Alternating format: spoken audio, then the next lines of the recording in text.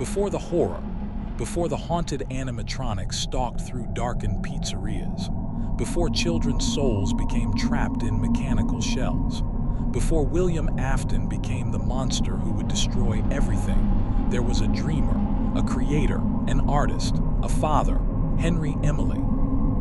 Understanding the tragedy of Five Nights at Freddy's means understanding Henry Emily. Because while William Afton may be the franchise's monster, Henry is its heart. The man who built with love what William would corrupt with evil. The creator whose genuine warmth and vision for bringing joy to children would be twisted into the nightmare that defines the series. Henry's story is one of brilliance betrayed, of friendship corrupted, of a father's love turned to ashes, and of a man who would spend decades living with the consequences of trusting the wrong person. This is the complete story of Henry Emily, the engineer, the artist, the father, the man who created Freddy Fazbear's empire and who would eventually burn it all down. The engineer and the artist who was Henry Emily before the tragedies.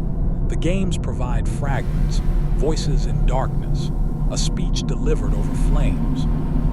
But piecing together those fragments reveals a portrait of a man defined by creativity, technical brilliance, and an almost childlike desire to bring happiness to others. Henry Emily was, first and foremost, a roboticist, not just competent, exceptional. His understanding of animatronic engineering went beyond mere technical proficiency into genuine artistry. Where others saw servos and programming, Henry saw potential for life, for personality, for creating something that could bring wonder to a child's eyes. This distinction is crucial. William Afton was brilliant, yes, technically skilled, absolutely, but William's creations were always functional first, artistic second, efficient, precise, cold. Henry's creations had warmth. Even as machines, even as collections of metal and wiring and programming, his animatronics possessed something that transcended their mechanical nature, a spark, an essence that suggested someone who genuinely understood childhood wonder and wanted to preserve it. In Freddy Fazbear's Pizzeria simulator, we hear Henry's voice for the first time in the series. It's calm, measured, tired, the voice of someone who has carried an unbearable weight for decades. But beneath that exhaustion lies something else: gentleness, sadness, the remnant of who he used to be before tragedy stripped away his innocence. "I'm sorry to interrupt you, Elizabeth," he says to an animatronic containing the soul of William's daughter. The apology is genuine. Even addressing his partner's child, now a corrupted machine, Henry maintains basic human decency. This is who Henry was, someone who apologized even to monsters, someone incapable of the casual cruelty that came so easily to William. The novels, while separate from game canon, provide additional context that aligns with Henry's game characterization. In The Silver Eyes, Henry is portrayed as someone who genuinely loved children and wanted nothing more than to make them happy. His workshop is described as filled with sketches, prototypes, failed experiments that he kept because they represented steps in the creative process. Where William's workspace would later be shown as sterile and functional, Henry's is lived in, personal. The space of someone who saw his work not as job, but as calling.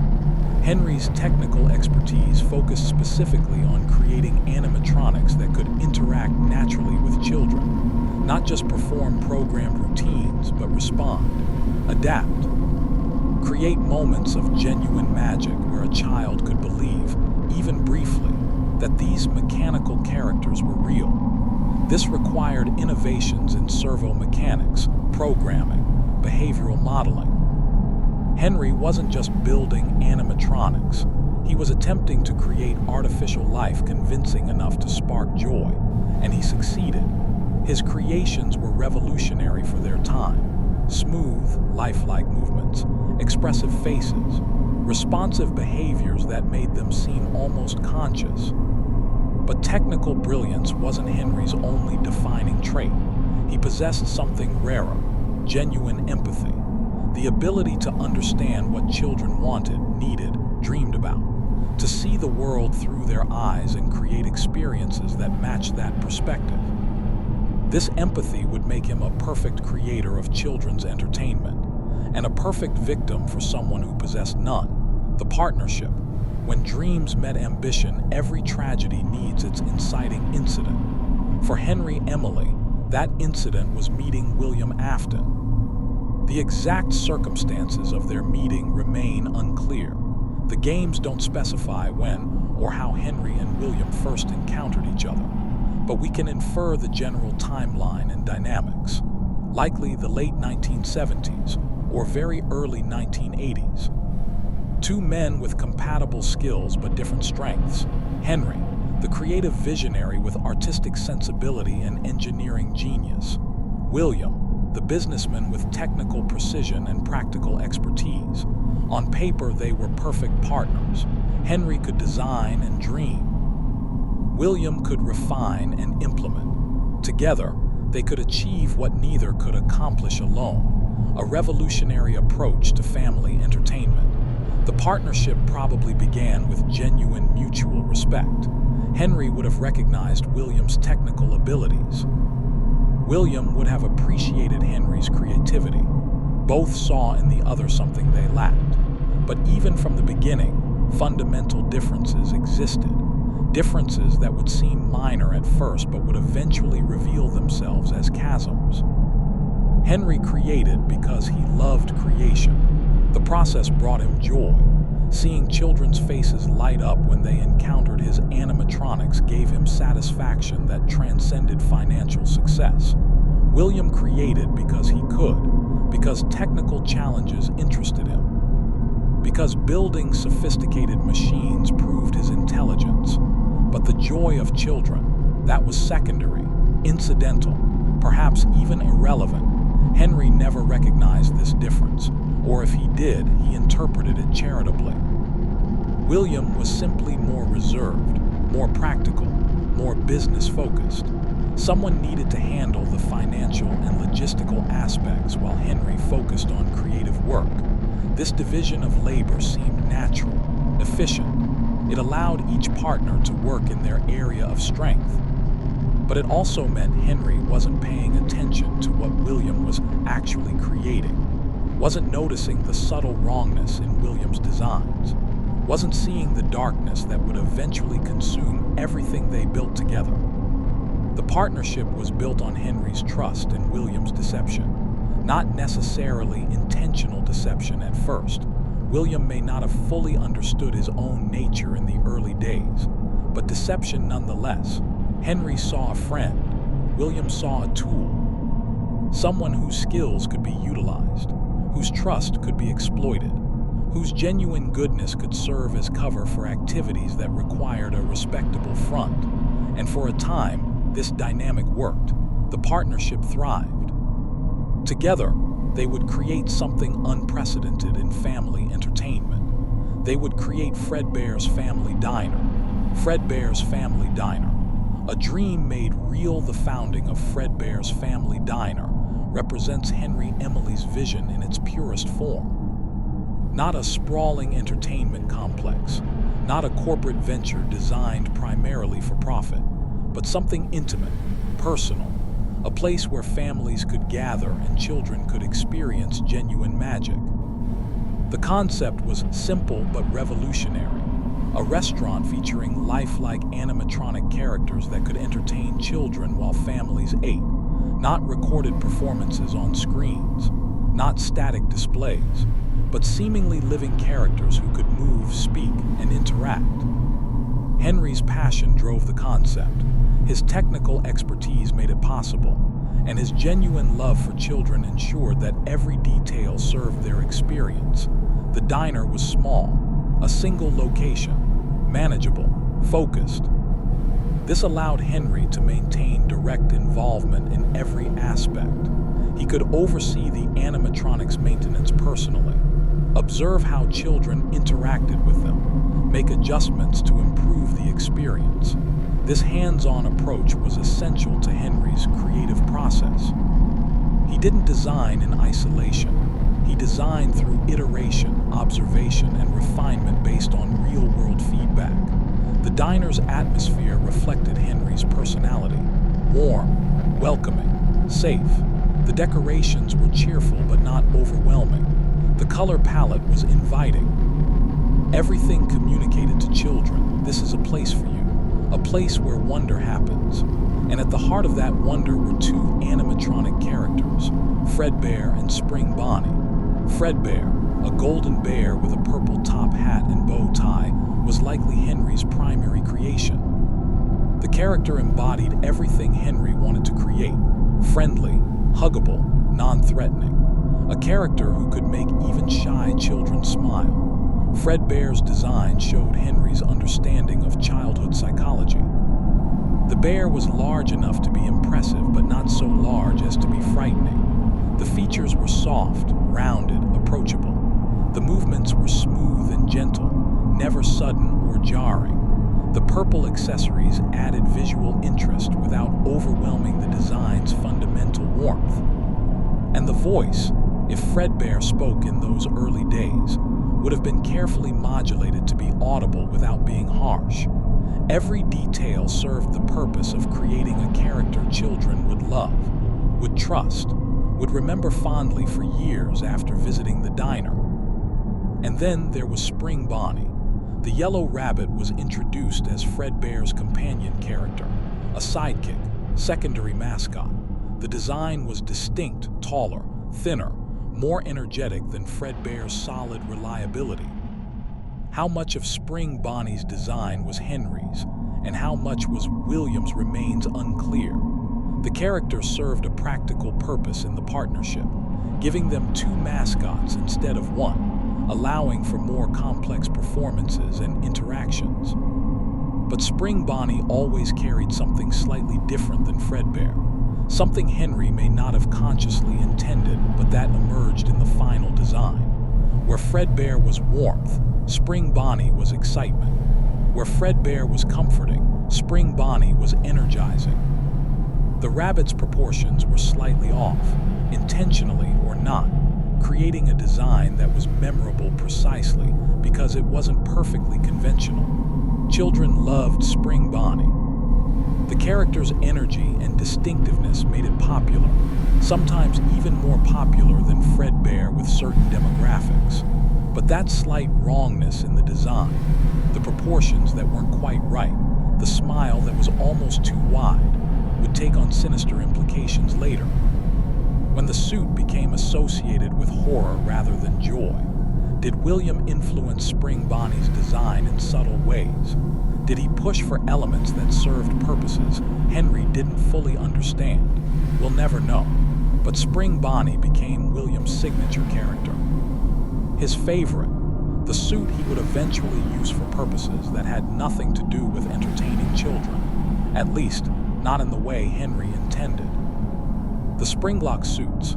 Innovation and danger, the Springlock suits represent Henry Emily's most significant technical achievement and his most catastrophic mistake. The challenge they addressed was real. Conventional animatronics were exactly that, animatronics.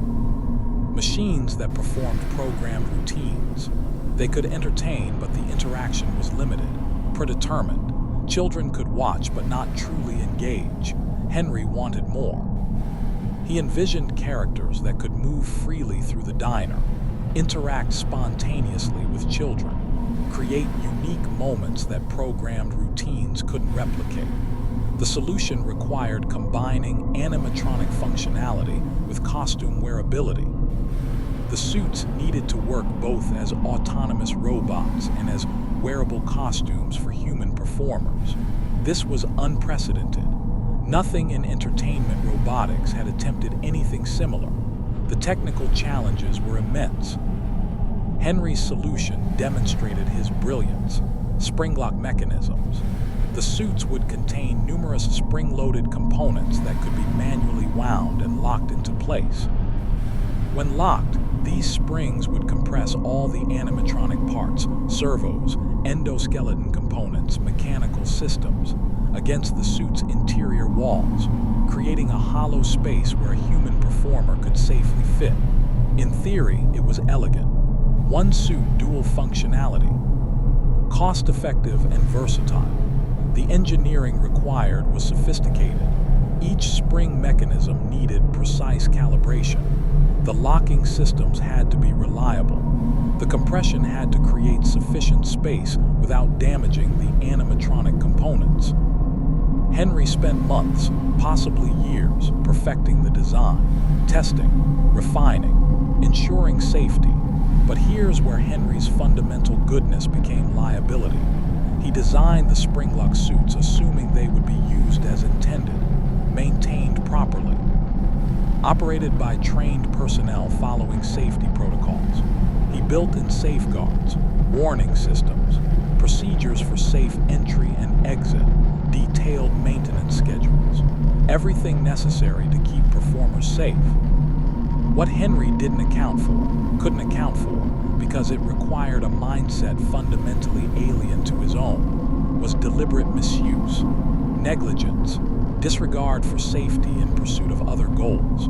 William understood the spring-lock suits differently than Henry. Where Henry saw a breakthrough in entertainment technology, William saw potential, mechanisms that could compress, spaces that could contain, systems that, if deliberately triggered, could cause catastrophic failure. The suits were dangerous by nature. Phone Guy's training tapes in Five Nights at Freddy's 3 make this explicit. The spring-lock suits are extremely dangerous and immediately unsafe in just about every way. They were only made for very specific occasions, and as such, employees are strictly prohibited from wearing them. But these warnings came later, after incidents, after deaths, after the danger became undeniable. In the beginning, when Henry first created the spring-lock suits, they were maintained properly, used carefully, the performers were trained, the protocols were followed, and they worked. The Spring Bonnie and Fredbear suits allowed for performances that delighted children. A performer could wear Spring Bonnie and walk through the diner, hugging children, posing for photos, creating magical moments. This was Henry's vision realized. Technology serving joy, engineering creating wonder. He was so proud of the spring-lock suits. They represented everything he valued: innovation serving genuine human happiness, technical excellence creating emotional experiences. Henry had no way of knowing he'd created the instrument of his daughter's eternal imprisonment, the mechanism for William's transformation from murderer to monster, the technology that would become synonymous with death rather than delight. Because Henry Emily, for all his genius, possessed a blind spot. He couldn't comprehend genuine malice, couldn't imagine someone using his creations for evil, and that blind spot would cost him everything. Henry's family, love and vulnerability. Understanding Henry Emily's tragedy requires understanding what he had to lose. He wasn't just an engineer and businessman. He was a father, and his family was everything to him. The games provide limited information about Henry's family structure. We know definitively about one person, Charlotte Emily, his daughter. Whether Henry had a wife, other children, or other family members remains unclear in game canon. But Charlotte, Charlie, was clearly the center of Henry's world. The exact age Charlie was when the tragedies began is never specified, but evidence suggests a young child, elementary school age perhaps. Old enough to have personality and preferences, young enough to still possess that unguarded childhood innocence. Henry's relationship with his daughter reflects his fundamental nature.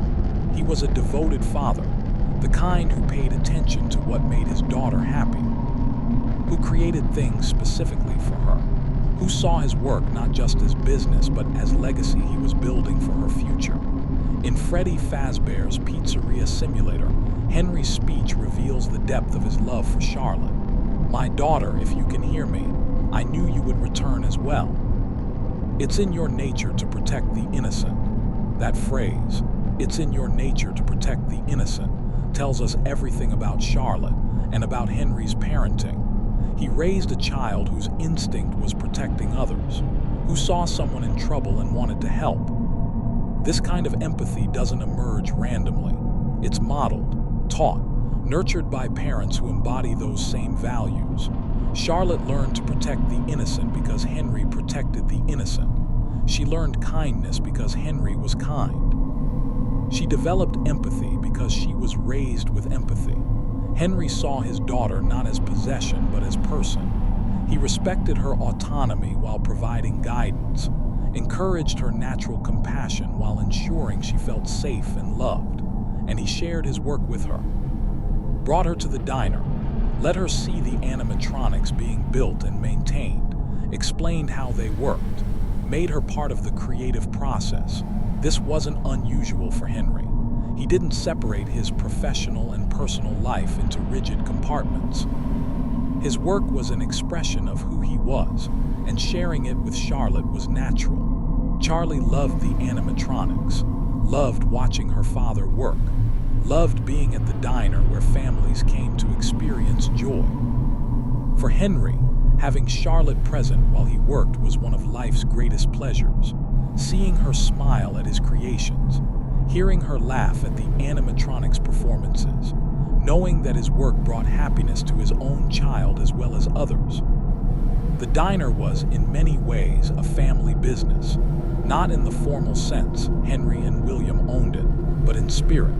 It was a place where Henry's professional accomplishments and personal life intersected perfectly.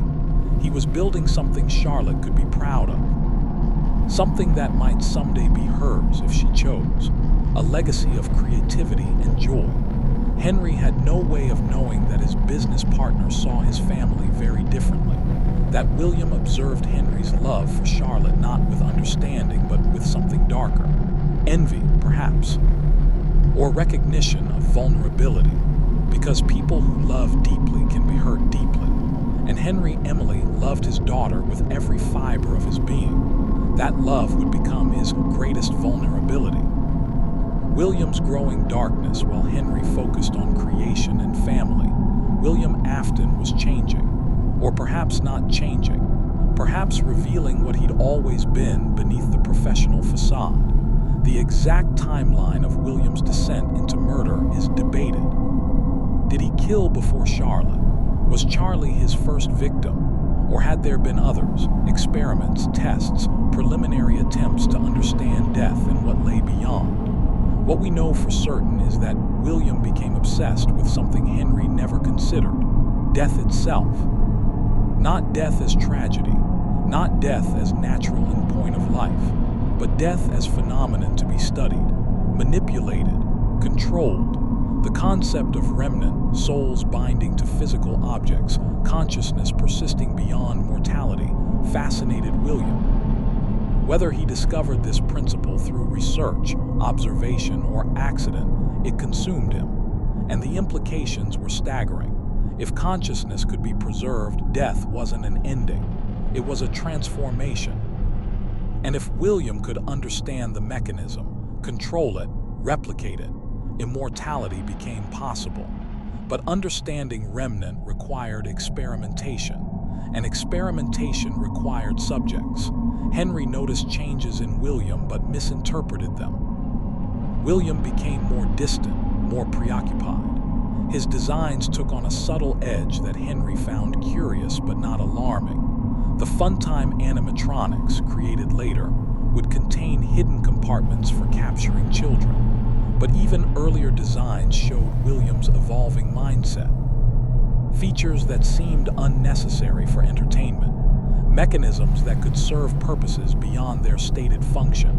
Henry, trusting his partner, assumed these were experiments in improving the technology, alternative approaches to familiar problems, creative exploration. He didn't recognize them as William testing boundaries, determining what was possible, preparing for applications that had nothing to do with entertaining children. William's relationship with his own family deteriorated. His wife is never mentioned in game canon, possibly dead, possibly absent, possibly simply irrelevant to William's calculations. His children, Michael, Elizabeth, and the youngest son, existed more as variables than as people he loved. Henry noticed this too, but again misinterpreted. Some people weren't demonstrative with affection. Some fathers showed love through providing rather than emotional availability. Henry made excuses for William because Henry's own nature prevented him from recognizing genuine malice. He saw the world through a lens of basic human decency and assumed others operated similarly. This was Henry's fatal flaw. Not stupidity, he was brilliant. Not naivety exactly. He understood business challenges and technical problems, but he couldn't comprehend evil. Couldn't imagine someone he worked beside, trusted, considered a friend harboring the capacity for what William would do. William understood this about Henry, recognized it as exploitable weakness. Henry's goodness, his trust, his fundamental belief in human decency, all were tools William could use. The partnership continued. The business thrived. Fredbear's family diner succeeded beyond their initial projections, and William planned, researched, prepared, waiting for the right opportunity to take the next step in his exploration of death and remnant. That opportunity would come in the form of a child locked outside a restaurant, alone, vulnerable, Henry, Emily's daughter. The day everything changed, the exact date of Charlotte Emily's death, is never specified in the games, but the circumstances are clear, depicted in the Take Cake to the Children minigame in Five Nights at Freddy's 2 and referenced throughout the series. It's a normal day at Fredbear's family diner. Families arrive, children play, the animatronics perform. Henry is inside, likely managing operations, ensuring everything runs smoothly. Charlotte is there. She might be helping, or simply keeping her father company. Being present in a place she loves, around people who love her. The security puppet, one of Henry's creations, designed specifically to watch over the prize area and particularly to watch over Charlotte, sits in its box. A gift animatronic with a specific purpose, protecting Henry's daughter. But something goes wrong. Somehow Charlotte ends up outside, locked out. The door won't open. Children inside are being served cake, celebrating, happy. And Charlotte is alone in the alley behind the building, trying to get back in. The minigame shows this moment in stark, simplified graphics. A child outside. Other children inside receiving cake from Freddy. The contrast is devastating. Joy inside, isolation outside. Then a purple car appears. Purple, the color that will forever represent William Arabic Faton in the franchise's visual language. William finds Charlotte alone, sees the opportunity.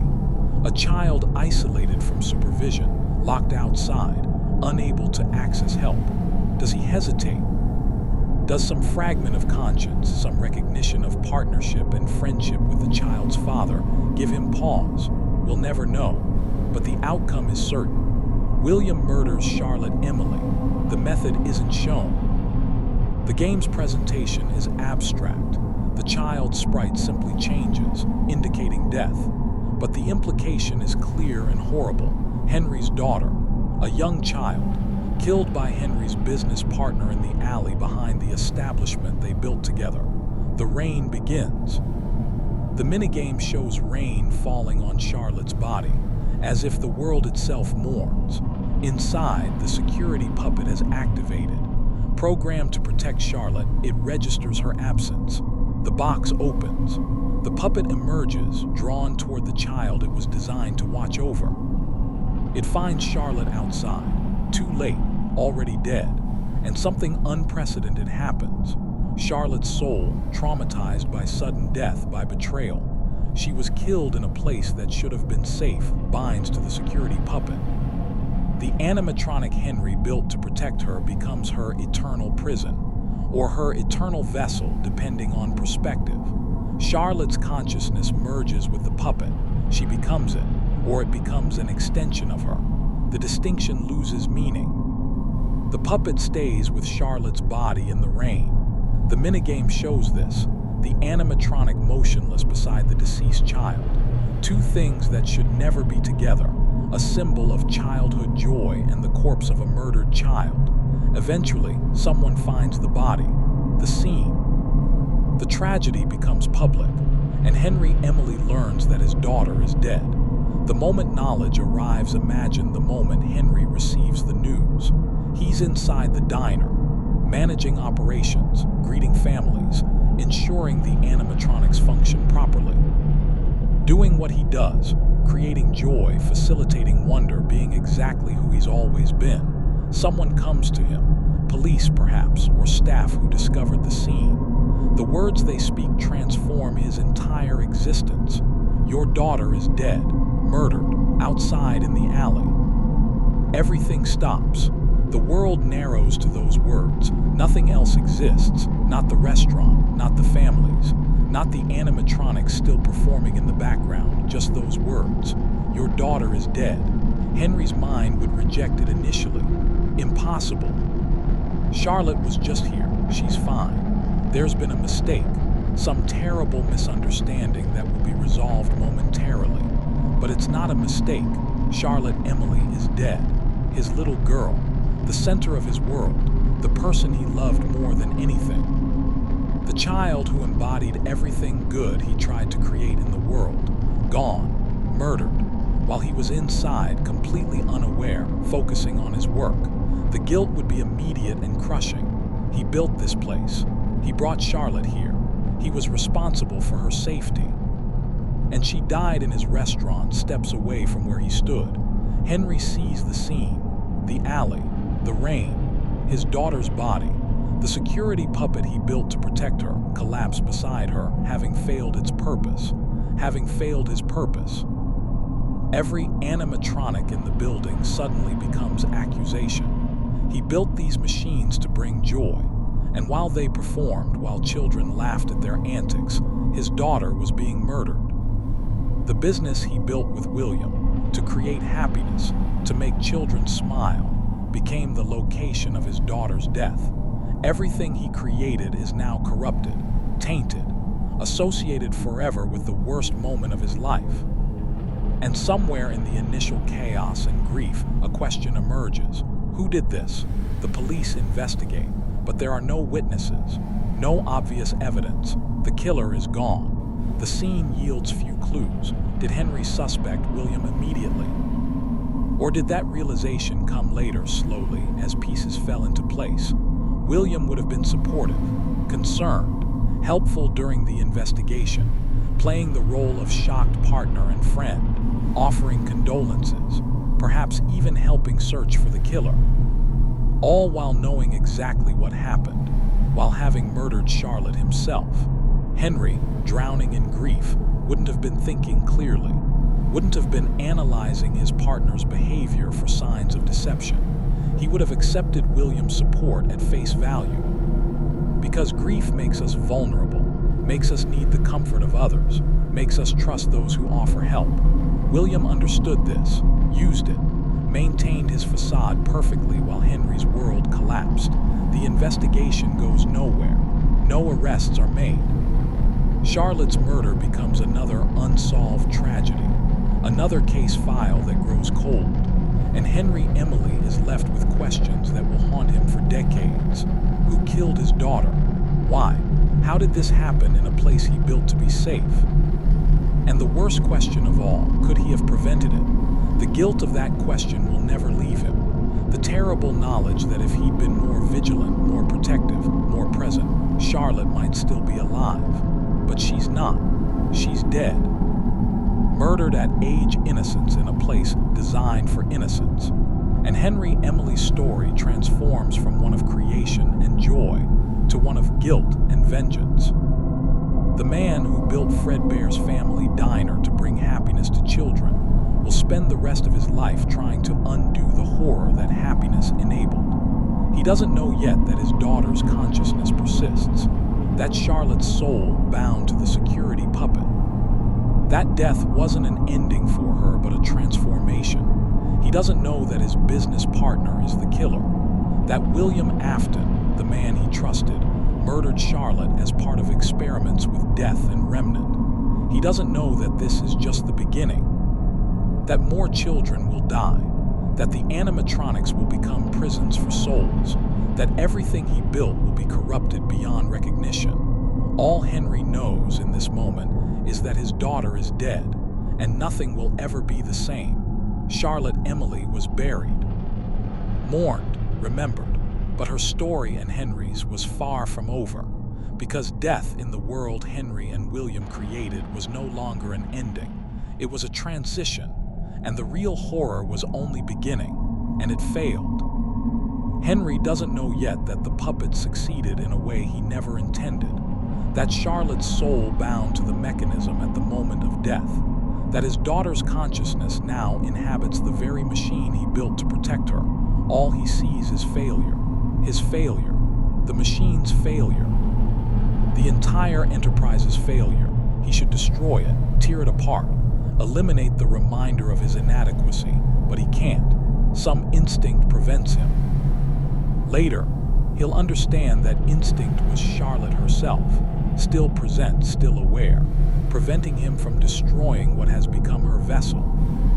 The puppet's nature, a soul's first prison, what Henry doesn't witness, what he can't witness because it occurred while he was inside the diner, unaware, is Charlotte's death and immediate resurrection. The Take Cake to the Children minigame shows the sequence in abstract form, but the reality is more complex and more tragic. Charlotte dies in the rain.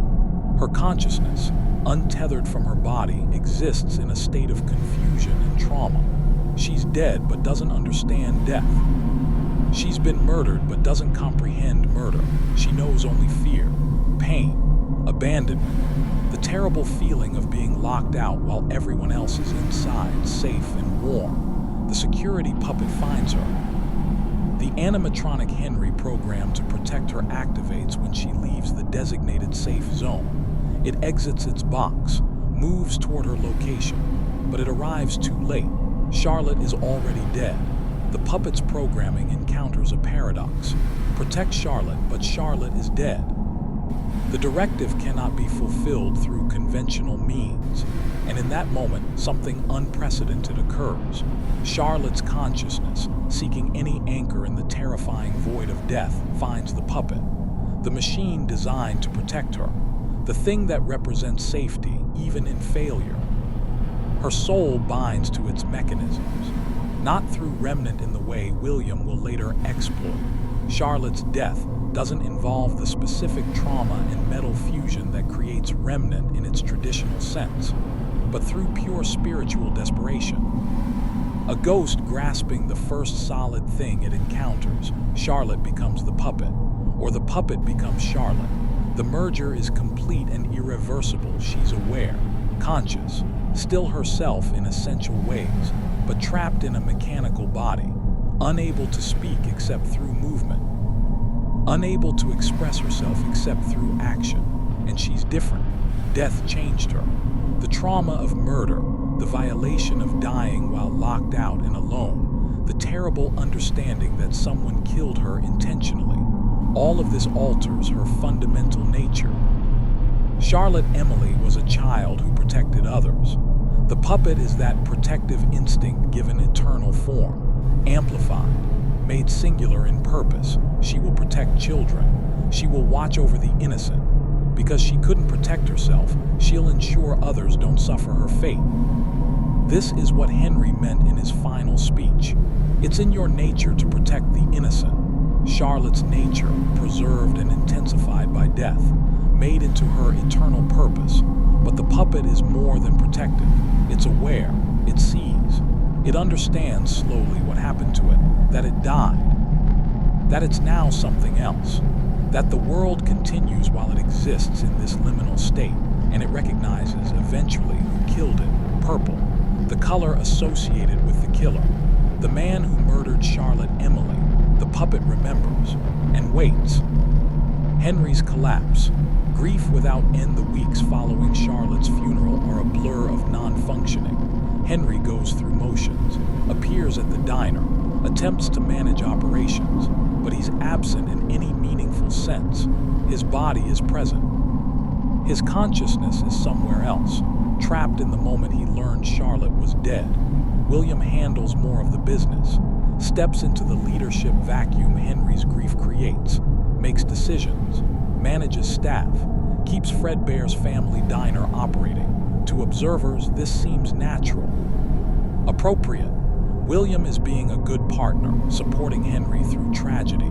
Only William knows the truth, that he's consolidating control, that Henry's grief serves his purposes, that a distracted, emotionally destroyed partner is easier to manipulate than an engaged one. Henry's wife, if she exists, is absent from this narrative. The games never mention her. We don't know if Charlotte's mother is dead, divorced, or simply somewhere else. But she's not present to support Henry through this loss. He grieves alone, processes alone, collapses alone. His work, which once brought joy, now brings only pain. Every animatronic is a reminder that he built this place where Charlotte died.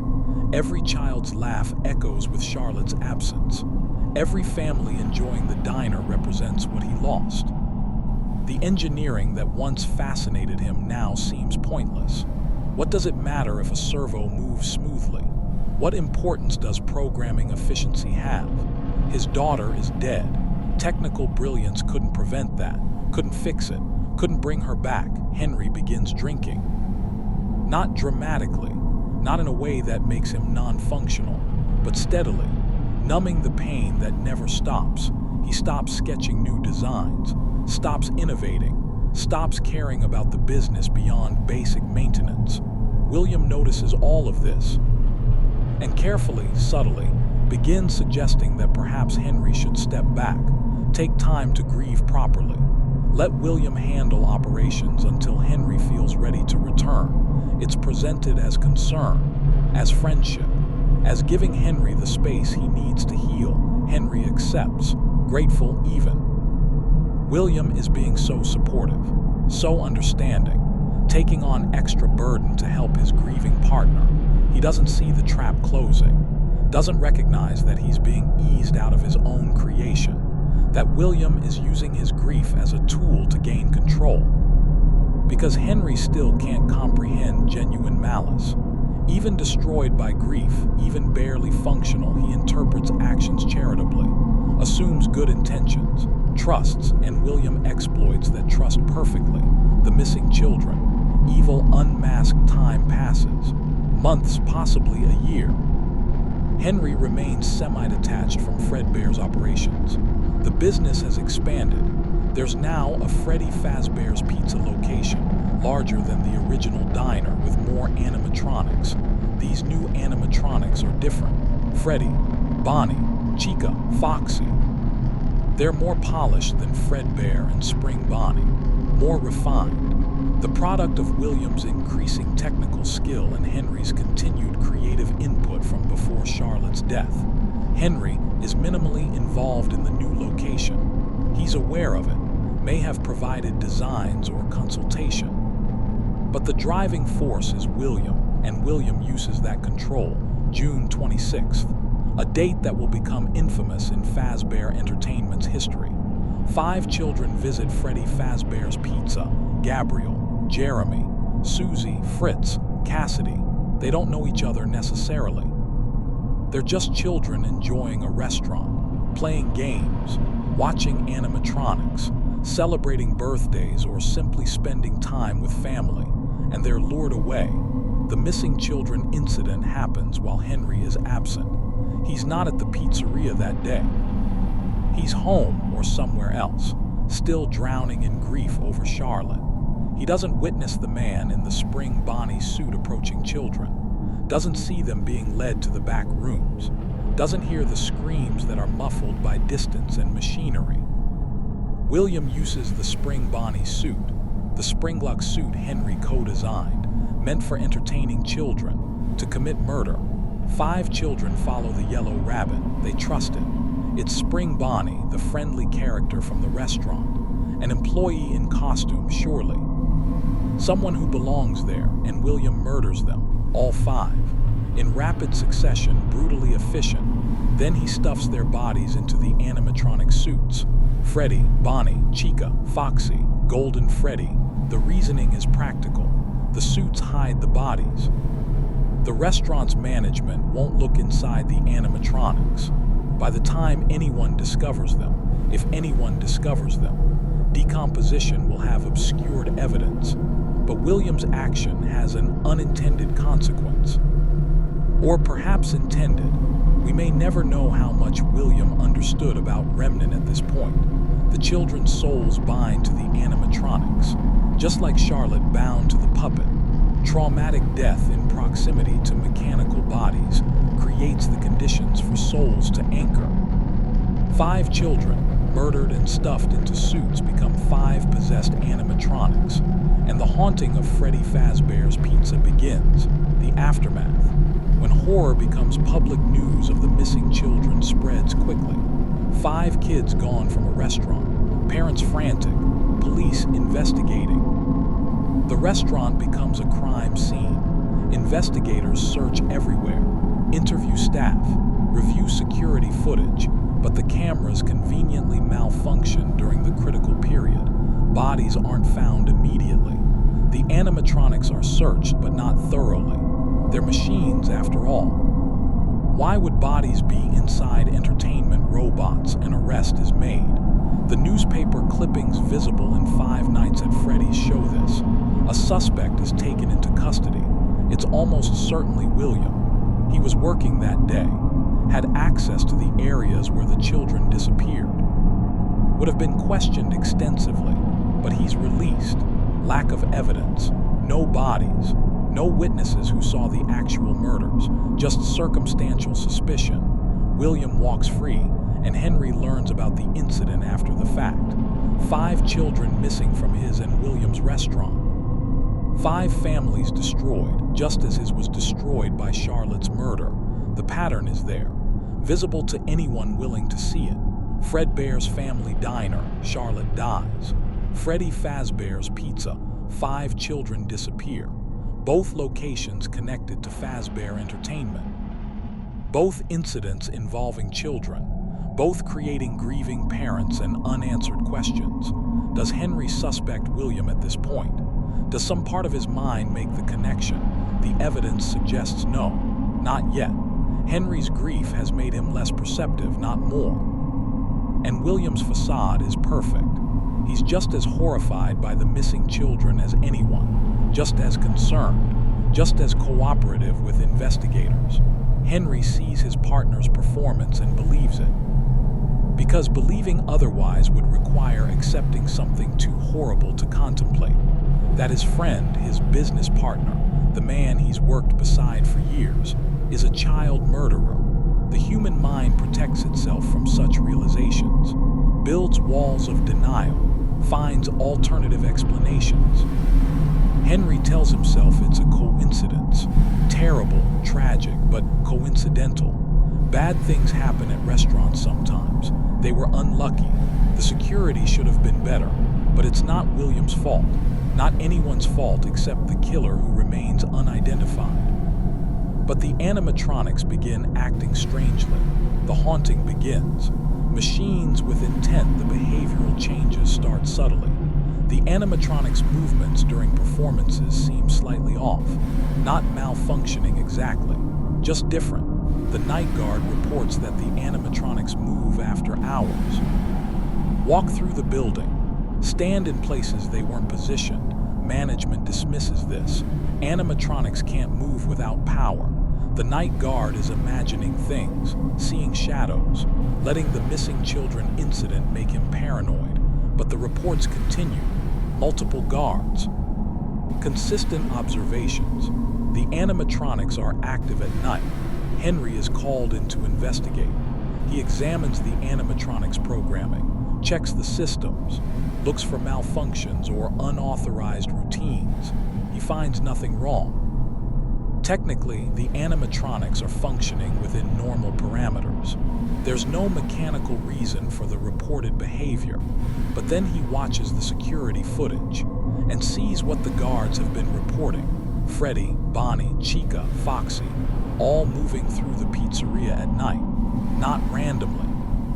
With purpose, intent, they walk to specific locations, stand in doorways, turn their heads as if looking for something or someone.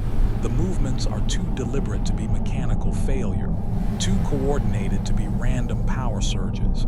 Henry watches the footage repeatedly, trying to understand, applying his engineering expertise to explain the inexplicable, and he can't. There's no rational explanation for what he's seeing, unless the animatronics aren't just machines anymore.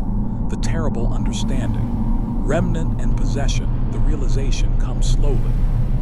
Henry is a man of science and engineering. He doesn't believe in ghosts, doesn't accept supernatural explanations, but the evidence becomes overwhelming. The animatronics don't just move, they seem aware. They respond to stimuli in ways their programming doesn't account for. They exhibit behaviors that suggest consciousness, the puppet especially. Henry watches it sometimes when he's alone in the building late at night.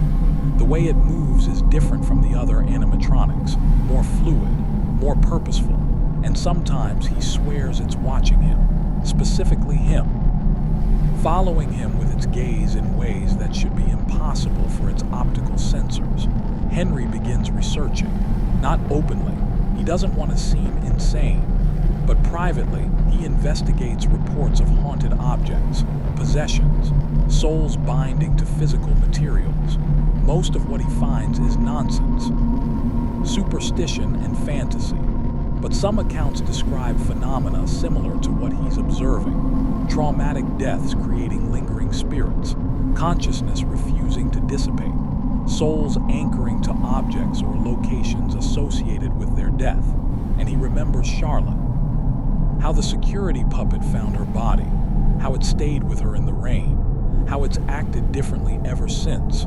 The thought is impossible, insane, completely irrational, but it explains everything. Charlotte's soul bound to the security puppet. The missing children's souls bound to the animatronics where their bodies were hidden. The machines aren't malfunctioning, they're possessed. Henry's scientific training rebels against this conclusion. It violates everything he knows about physics, consciousness, the nature of reality. But his observations support no other interpretation, and if it's true, if souls can bind to animatronics, then Charlotte is still here, not dead in any final sense, trapped in the puppet, conscious, aware, still his daughter but transformed into something else.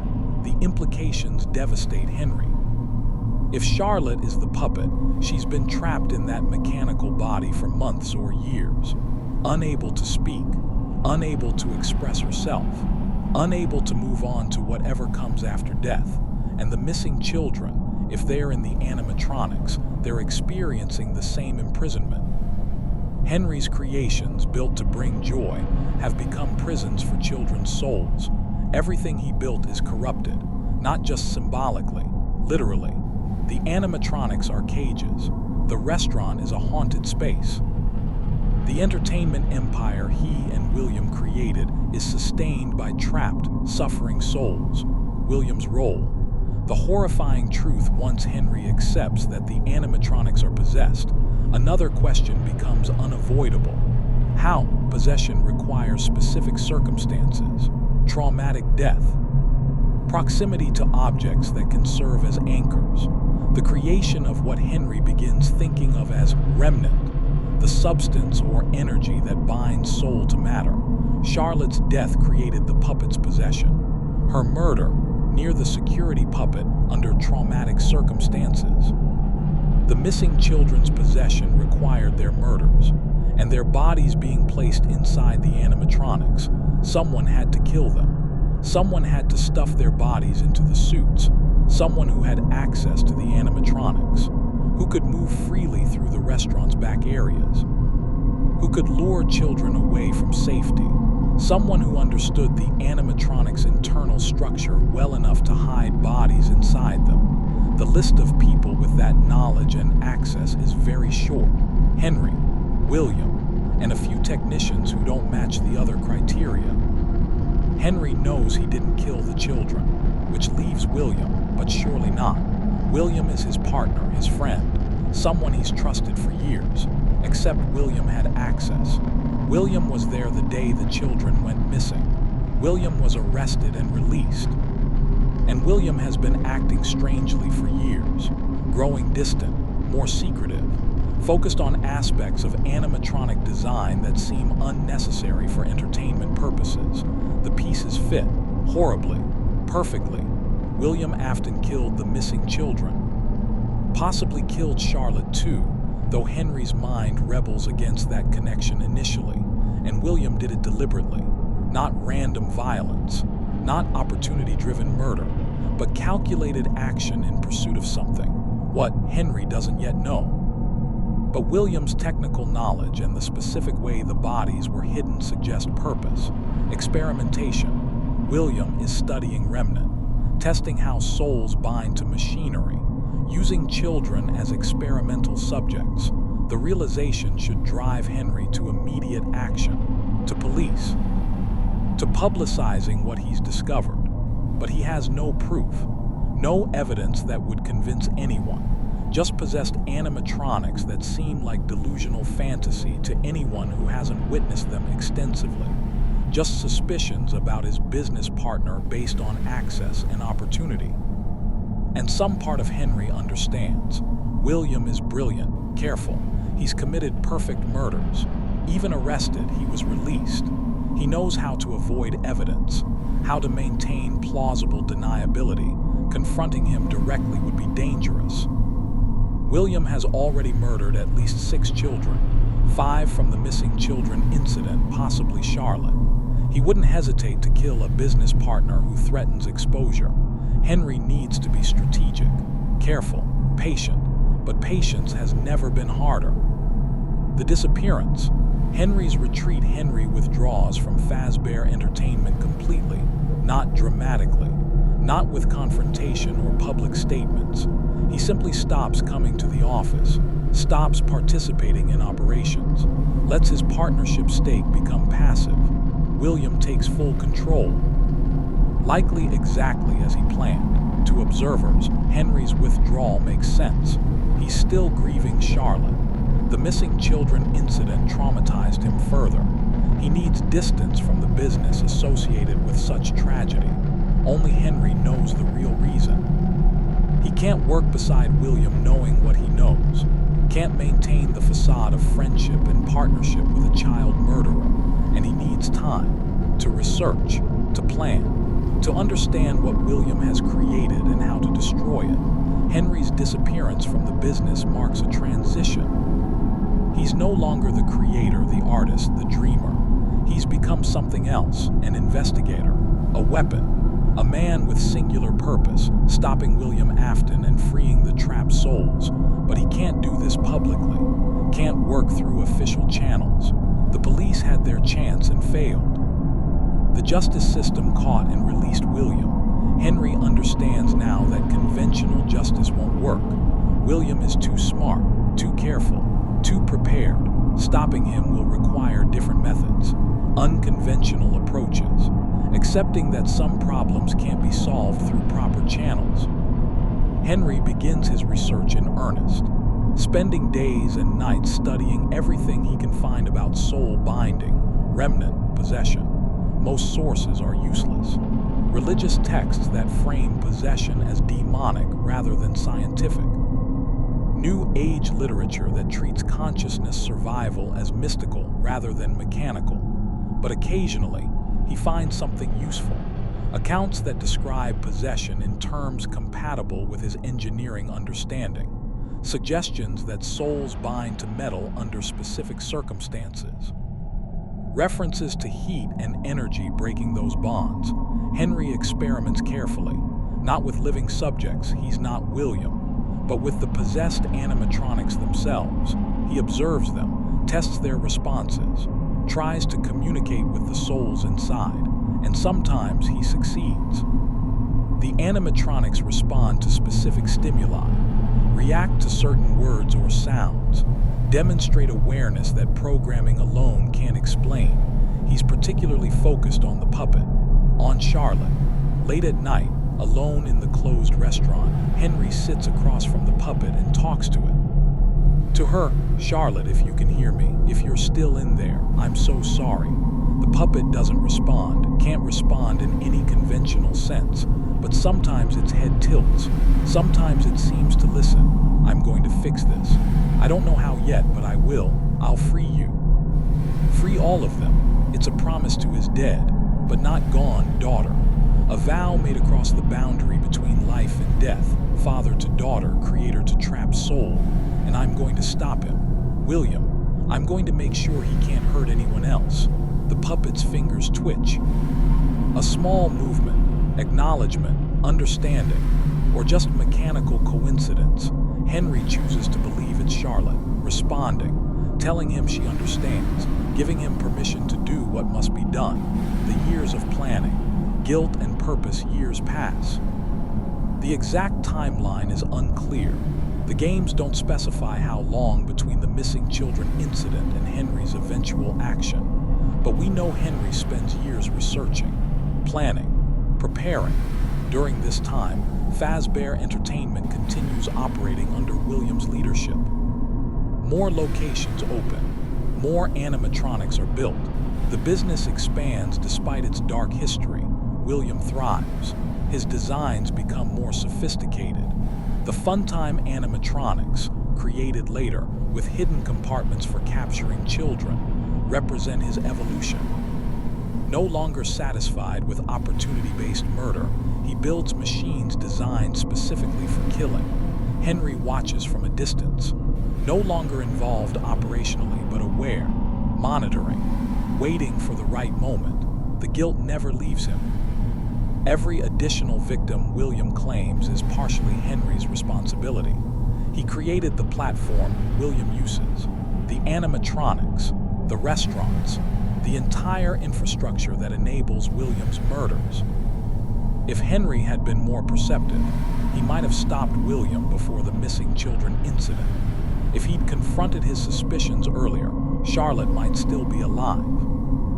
If he'd destroyed the animatronics immediately upon discovering the possession, the souls might have been freed years ago.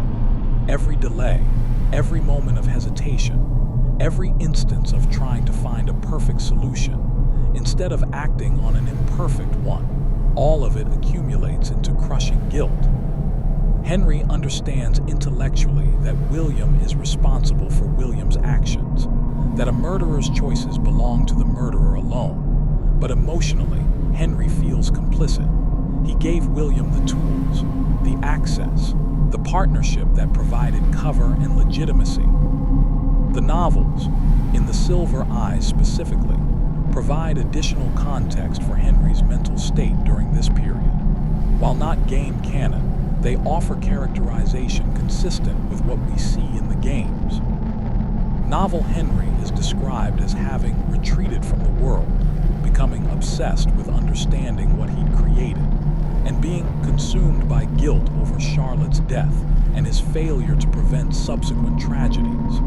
This aligns perfectly with game evidence, Henry's disappearance, his eventual return with a comprehensive plan, his detailed knowledge of remnant and soul binding. He spent years studying, not just the spiritual aspects of possession, but the technical mechanisms, how remnant forms, how it binds to metal, how temperature affects it, how it can be harvested, transferred, and critically destroyed. Henry becomes the world's foremost expert on remnant, understanding it better than William, who merely exploits it, comprehending not just the how but the why, and he develops a plan. A final solution that will destroy William, free the trapped souls, and erase the nightmare they created together. But the plan requires patience, preparation, specific circumstances. Henry has to wait for William to make a mistake, to become vulnerable, to create an opportunity. And eventually, William does. The Springlock failure, 30 years sealed in darkness, the emergence as Springtrap. Henry watches it all, waiting. The final understanding. Heat and release, the crucial discovery, comes years into Henry's research. Remnant can be destroyed through sustained, intense heat. Souls bind to metal under traumatic circumstances. The binding creates remnant, a fusion of consciousness and matter that persists beyond normal death. But the binding isn't permanent if the metal itself is destroyed. If temperatures reach levels that fundamentally alter the metal's molecular structure, the remnant can be eliminated. This is why fire becomes Henry's solution. Not just any fire, specific, controlled incineration at temperatures sufficient to destroy remnant completely. The Fazbear's fright fire damaged Springtrap, but didn't destroy William's remnant. The temperature wasn't high enough. The duration was insufficient. William survived because the fire was accidental, not designed for remnant elimination. Henry learns from this failure. His eventual solution, Freddy Fazbear's Pizzeria simulator, will incorporate everything he's learned, a building designed to be an incinerator. Temperatures calibrated specifically for remnant destruction. Accelerants positioned to ensure complete combustion. No escape routes, no possibility of survival, but more than just William must be destroyed. The other animatronics, Baby, Molten Freddy, even the puppet containing Charlotte, all must be eliminated to free the souls inside them. This is Henry's terrible calculation. To save his daughter, he must destroy her. To free the children, he must eliminate the only vessels preserving their consciousness. The decision tortures him. Spend years trying to free Charlotte, only to conclude that freedom requires her complete destruction. But what's the alternative? Leaving her trapped in the puppet forever. Allowing her to exist in mechanical prison for eternity. Death is release. True death, final death, is the only way to free the trapped souls. And Henry, creator, engineer, father, will build the mechanism that grants them that release, even if it means killing his daughter a second time. The preparations begin. Building the final trap, Henry begins preparing his final solution. Not immediately after discovering the heat-remnant relationship, but years later, after Springtrap emerges. After William's continued existence becomes undeniable, the preparation is meticulous. Every detail matters. This is Henry's only chance. If he fails, William escapes. The souls remain trapped. The cycle continues. He designs Freddy Fazbear's Pizzeria simulator as a trap disguised as opportunity. A fake pizzeria startup that will attract specific targets. William, drawn by the promise of animatronic salvage. Baby, seeking purpose. Molten Freddy, following remnant concentration. The puppet, drawn by Charlotte's need to protect. All of them together in one building. One carefully prepared location, and Henry will burn them all. The technical challenges are significant. The building must function as normal pizzeria long enough to lure the targets, but it must also contain hidden systems capable of transforming it into an incinerator, accelerant distribution systems disguised as normal infrastructure, ventilation that can be reversed to trap heat rather than disperse it, sealing mechanisms that prevent escape. Henry designs it all, alone, in secret, using the skills he once applied to creating joy, now repurposed for destruction, and he records his speech.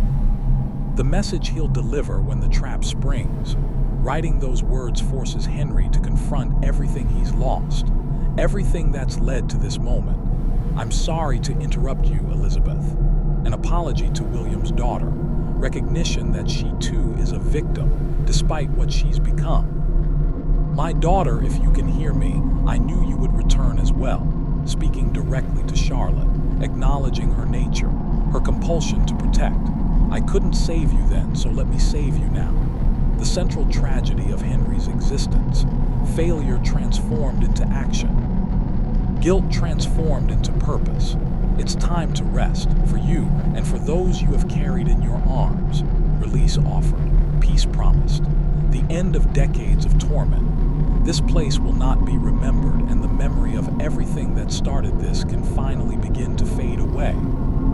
erasure as mercy, forgetting as healing, and finally, addressing William. Although for one of you the darkest pit of hell has opened to swallow you whole, so don't keep the devil waiting, old friend, old friend.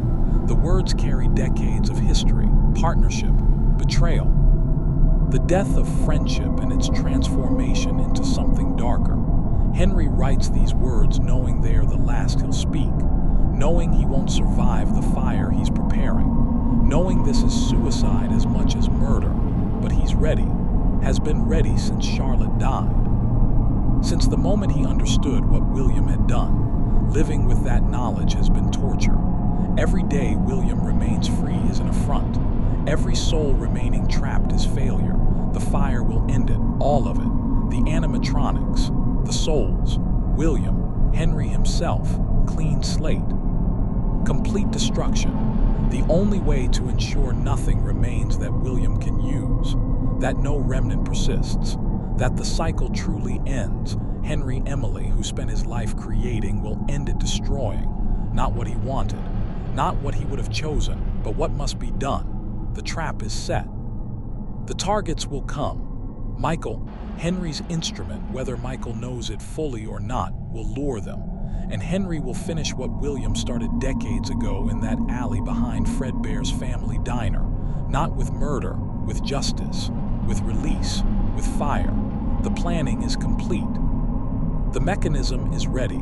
Now there's only waiting for the right moment, for all the pieces to align, for the final confrontation between the creator and the destroyer, between Henry Emily and William Afton, between the man who loved children and the man who murdered them. It will end in flames.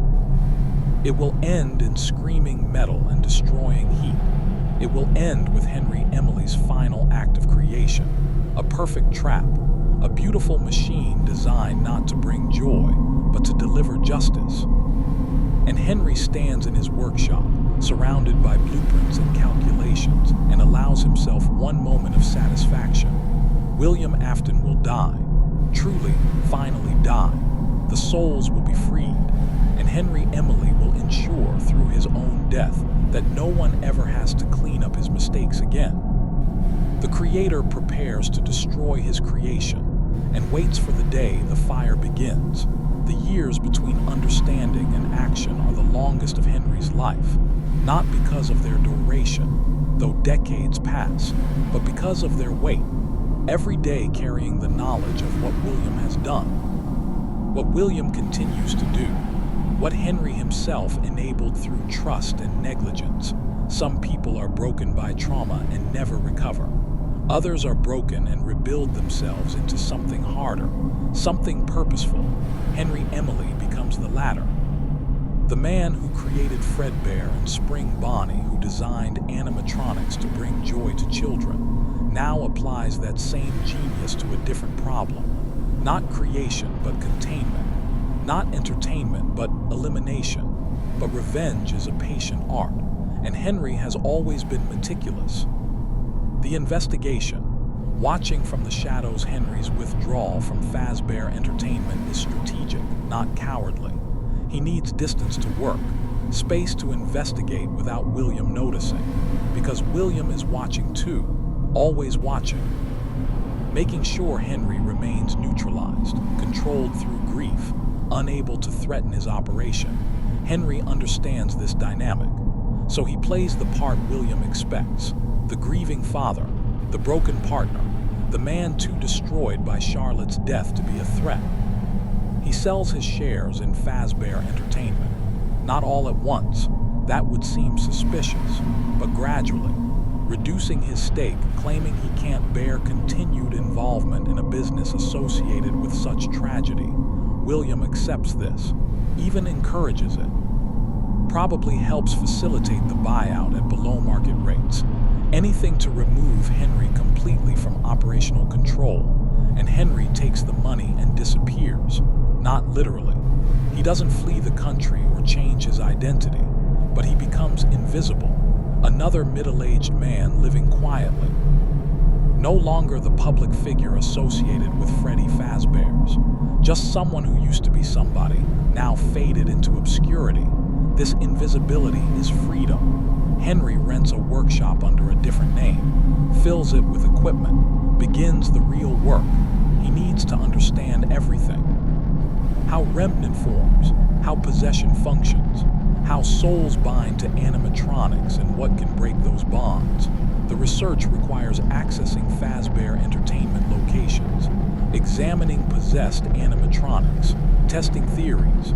He does this carefully, late at night, using his knowledge of the building's layouts and security systems, knowledge from when he helped design them. He moves through ventilation ducts and maintenance corridors like a ghost. William has the business, but Henry has the blueprints, the understanding of how everything truly works.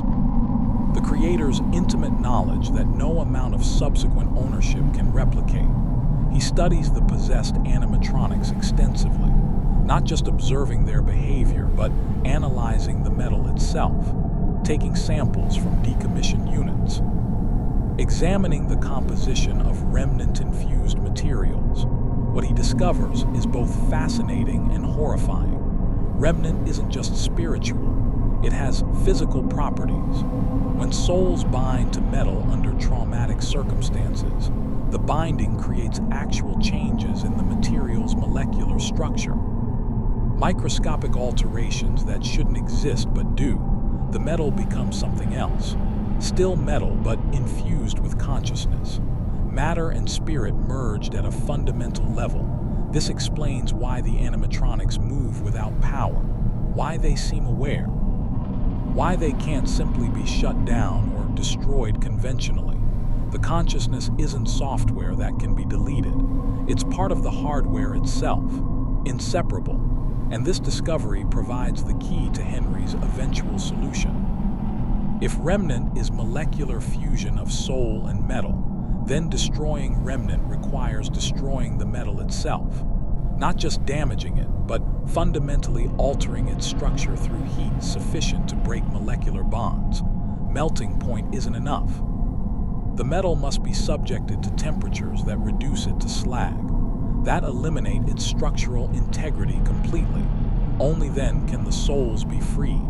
Henry performs calculations, determines exact temperature requirements, designs heating systems capable of achieving and sustaining those temperatures. But knowledge isn't enough. He needs a plan, a way to gather all the possessed animatronics in one location, a method for trapping them so they can't escape the fire.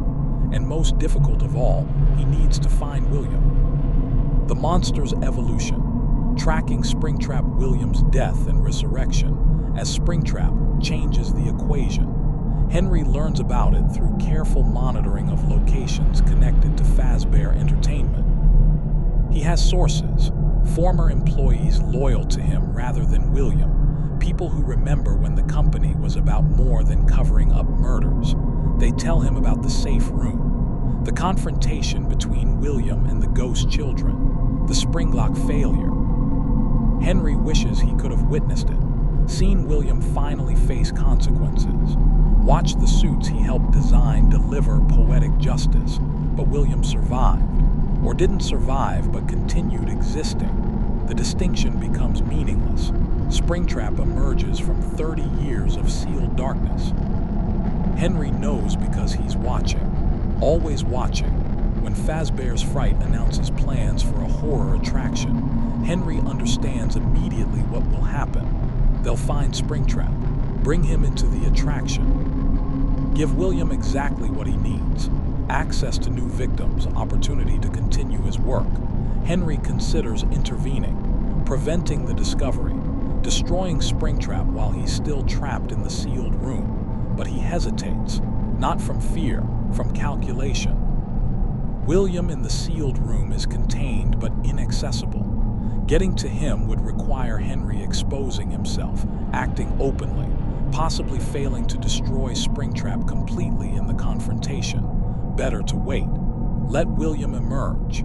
Let him become active and therefore trackable. So Henry watches Fazbear's Fright from a distance, monitors the reports of a haunted animatronic hunting through the attraction, notes with grim satisfaction when the building burns, The fire fails to destroy Springtrap. Henry knew it would. Accidental fires don't burn hot enough, don't sustain sufficient temperature long enough. But now William is free, mobile, vulnerable, and Henry can begin the final phase of his plan. He needs all the possessed animatronics together. Springtrap, certainly, but also the others. Baby, containing Elizabeth's corrupted soul.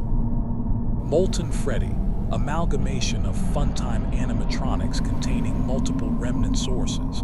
And most painfully, the puppet, Charlotte.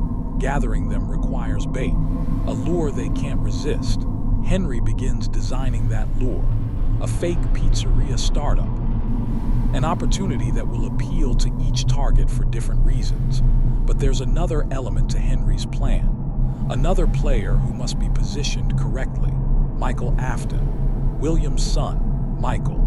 The unwitting instrument understanding Henry's plan requires understanding Michael Afton's role. Michael is William's oldest son, the one who survived childhood unlike his siblings, the one who caused his younger brother's death during the bite of '83, accidentally or through bullying. The exact circumstances remain debated. Michael carries guilt. It defines him, shapes every decision he makes after his brother's death, and William uses that guilt, sends Michael into dangerous situations. Sister location. The original Freddy Fazbear's pizza locations, always with vague instructions and hidden purposes. Michael is scooped at sister location. His insides removed by the scooper, his body used as a skin suit for the combined funtime animatronics to escape.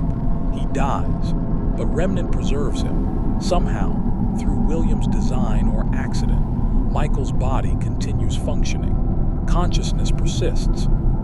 He becomes something like his father will become, a corpse animated by supernatural forces. Michael's body rots, turns purple, decays while still moving. He's undead in the truest sense, not alive but not gone, and he begins hunting for his father. Searching through the ruins of Fazbear Entertainment's various locations, looking for William to, what? Confront him, stop him, simply understand. Michael's motivations remain somewhat opaque throughout the series, but his actions are clear. He follows William's trail, works as night guard at haunted locations, puts himself in danger repeatedly. Henry becomes aware of Michael during his investigations, recognizes him as William's son, understands Michael's unique position, undead like the possessed animatronics, but retaining human consciousness and will. And Henry sees opportunity. Michael can do things Henry cannot, can enter locations without suspicion, can interact with the possessed animatronics and survive encounters that would kill normal people, can serve as bait and instrument simultaneously. Does Henry manipulate Michael deliberately? Or does he simply create circumstances that guide Michael toward inevitable conclusions? The game suggests both. Henry's plan requires Michael in the manager position at Pizzeria Simulator, requires Michael to salvage the animatronics, to bring them all into the building. But Henry also offers Michael an exit. Although there was a way out planned for you, I have a feeling that's not what you want. An acknowledgement that Michael has agency, that Henry created an escape route Michael could use if he chose. But Henry knows Michael won't choose escape. Knows that guilt and purpose will keep Michael in the building when the fire starts. It's manipulation, yes, but manipulation that leverages Michael's existing desires and nature. Henry doesn't force Michael into anything Michael wouldn't choose himself. Still, the ethics are questionable. Using William's son as a tool to destroy William, allowing or orchestrating Michael's death to achieve Henry's goals. But Henry has moved beyond conventional morality. He's operating in a space where normal ethical considerations don't apply. Where the only question is, will this stop William and free the souls? Everything else is secondary. Lefty, a cage for his daughter of all Henry's creations. Lefty is the most painful. The animatronic appears simple on the surface. A black bear, similar to Freddy in basic design but darker. Distinctive, but Lefty's true purpose is concealed. Hidden in blueprints Henry keeps encrypted, buried in systems that appear to serve different functions. Lefty isn't an entertainment animatronic. Lefty is a trap, specifically designed to capture one target, the puppet, Charlotte. Henry's daughter, the blueprints, visible in rare screens within Pizzeria Simulator, show Lefty's interior contains a sophisticated capture mechanism, soundproofing, restraints, systems designed to contain something that doesn't want to be contained.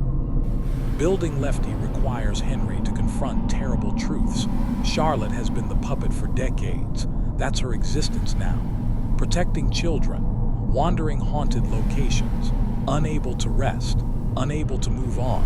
She's suffering. Henry knows this intellectually. Consciousness trapped in a mechanical body for decades is torture regardless of the consciousness's purpose.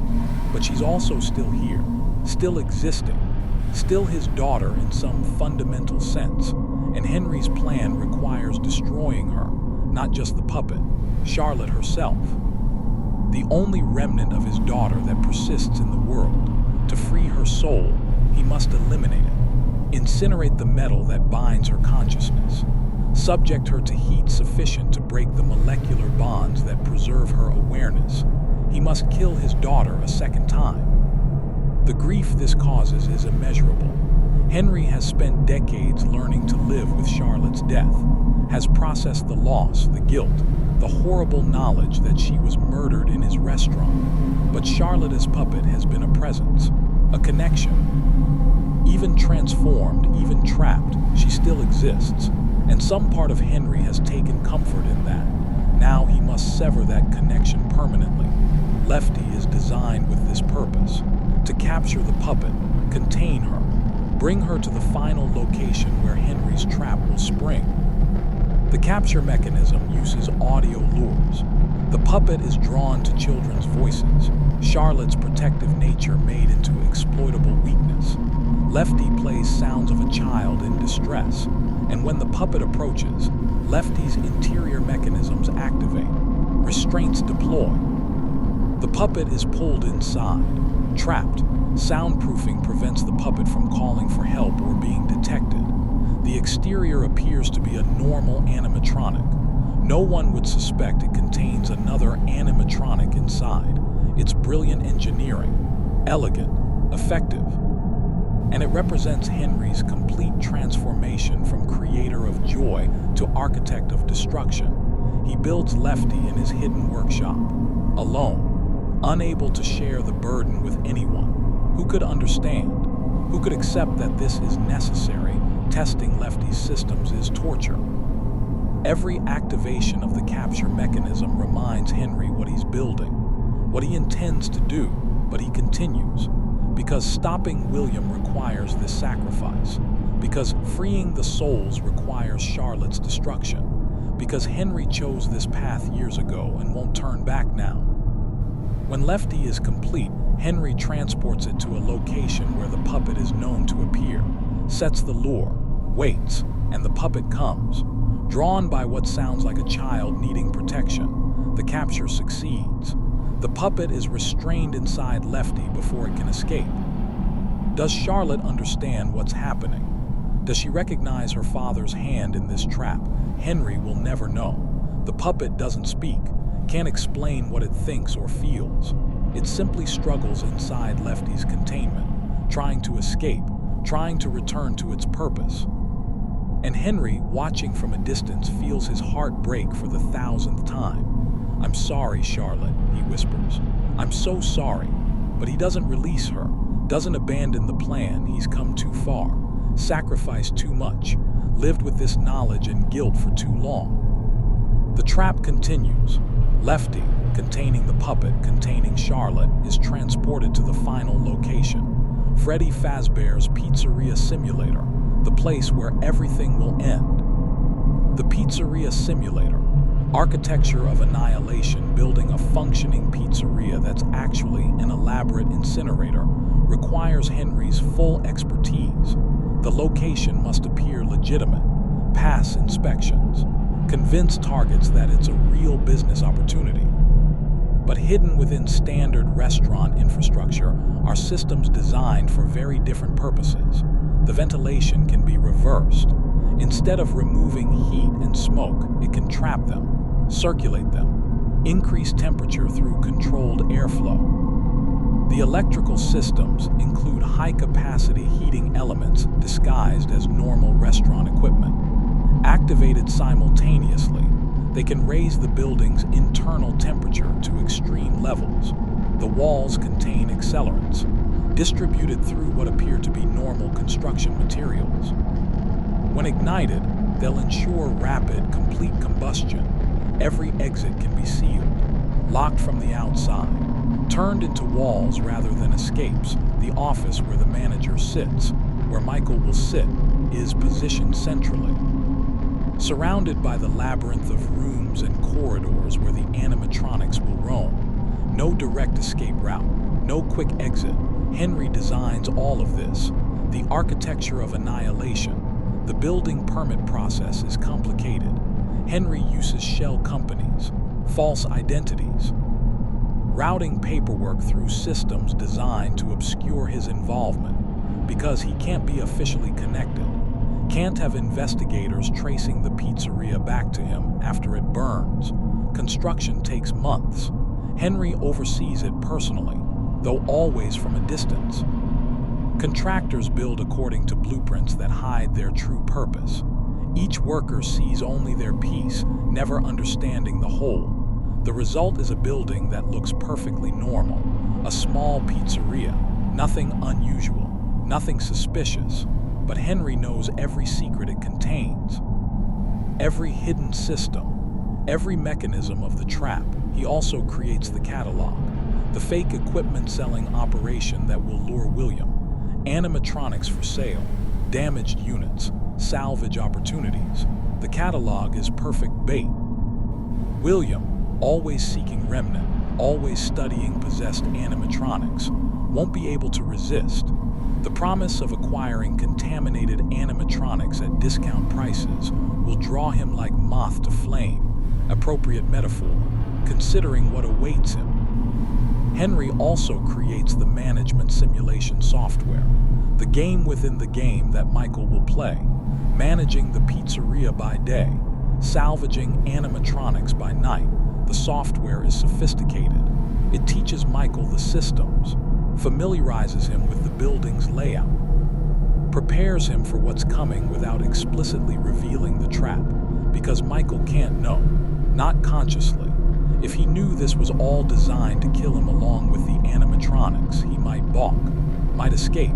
Henry needs Michael to choose to stay, to recognize what's happening as it unfolds and accept it, to understand in the final moments that this is necessary and right.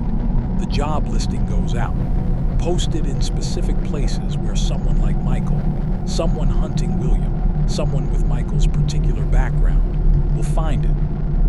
And Michael applies, takes the position, begins the work of managing the fake pizzeria and salvaging the haunted animatronics, exactly as Henry planned. The salvage, gathering the damned, the salvage sequences are crucial to Henry's plan.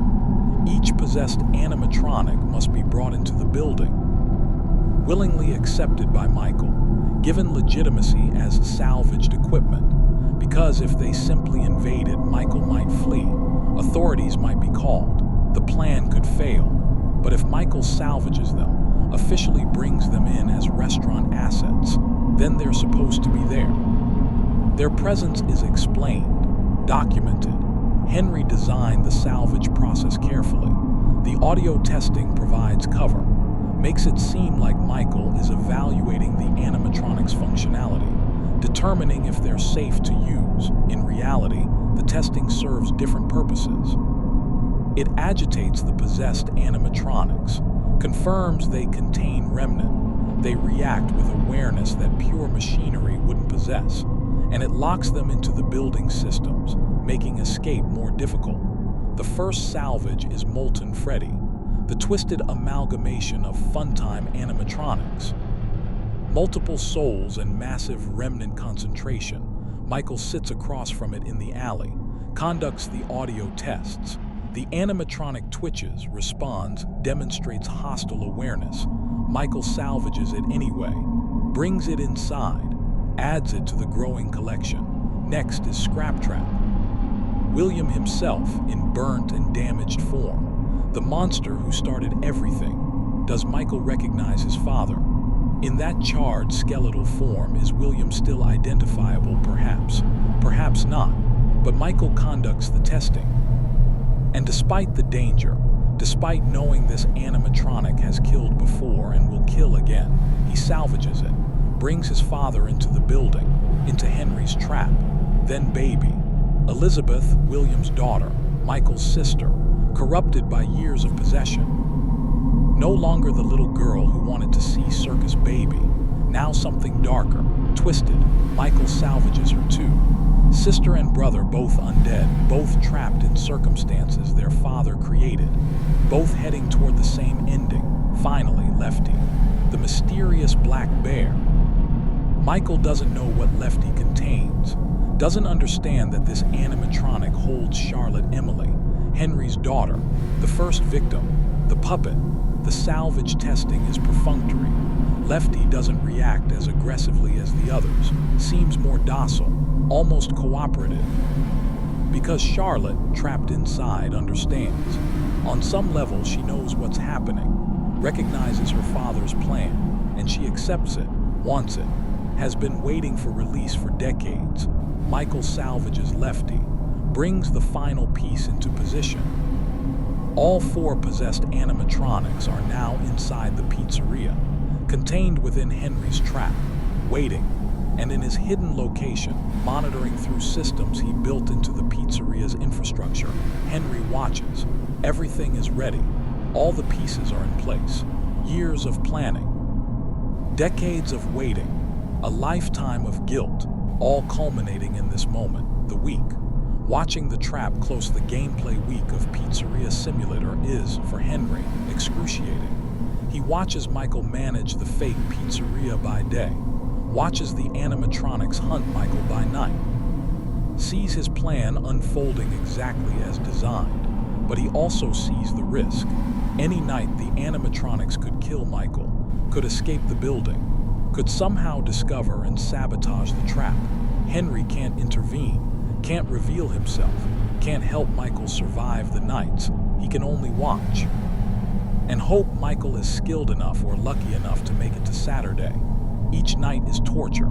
Henry monitors the security feeds, watches Scrap Trap stalking through hallways, sees Baby positioning herself for attack, observes Molten Freddy's erratic movements through the ventilation system. And Lefty, always Lefty, containing Charlotte, his daughter spending her final days hunting the night guard in a fake pizzeria.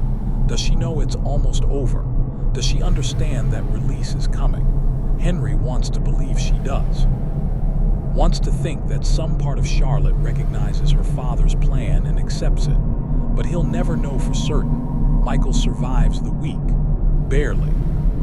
By skill and desperation, and perhaps something more, the universe itself seeming to recognize that Michael must survive until Saturday for the plan to work. Friday night ends. Saturday arrives. In a conventional pizzeria simulator, this would be celebration, completion, success. But this isn't a conventional pizzeria, and Saturday isn't an ending, it's a beginning. Saturday. The final preparations. Saturday morning, Henry makes his final preparations. He travels to the pizzeria for the first time since construction completed, uses a back entrance, moves through maintenance corridors to reach his prepared location. He's thought about this moment for years, planned every detail. But now that it's here, the weight is crushing. Today, he will kill his daughter. Again. Finally. Today, he will destroy William Afton. Completely. Permanently. Today, he will free the trapped souls and erase the nightmare that Fazbear Entertainment became. Today, Henry Emily will die. He's known this was suicide from the beginning. The fire will be too intense for anyone inside to survive. The building is designed to be a crematorium. Everyone within will burn, including Henry. He could have designed an escape for himself, could have made the systems remote activated, could have survived to see the aftermath. But he chose not to, for several reasons. First, practical. Someone needs to be present to ensure the systems activate correctly, to troubleshoot if problems arise, to guarantee the fire burns hot enough and long enough. Second, symbolic. Henry built the company that enabled William's murders. He bears responsibility. His death is penance. Third, personal. He can't live in a world without Charlotte, has been unable to for decades. The only thing keeping him alive was purpose, stopping William, freeing the souls. Once that's accomplished, he has no reason to continue. And fourth, strategic. If Henry survives, investigators will have someone to question, someone to blame, someone who might reveal secrets that should die with the fire. Better to leave no witnesses, no survivors, no one who knows the truth. Let the pizzeria burn. Let investigators find nothing but ashes. Let the truth be buried with the bodies. Henry reaches his position, a small room, centrally located, surrounded by the heating systems and accelerant distribution networks. He has a microphone, the intercom system that will broadcast his voice throughout the building. His final speech, pre-recorded but delivered live, explaining, apologizing, condemning. He has the activation controls, manual overrides for every system, ensuring nothing can prevent the fire once it begins, and he has time. A few hours before Michael's shift ends, before the trap springs.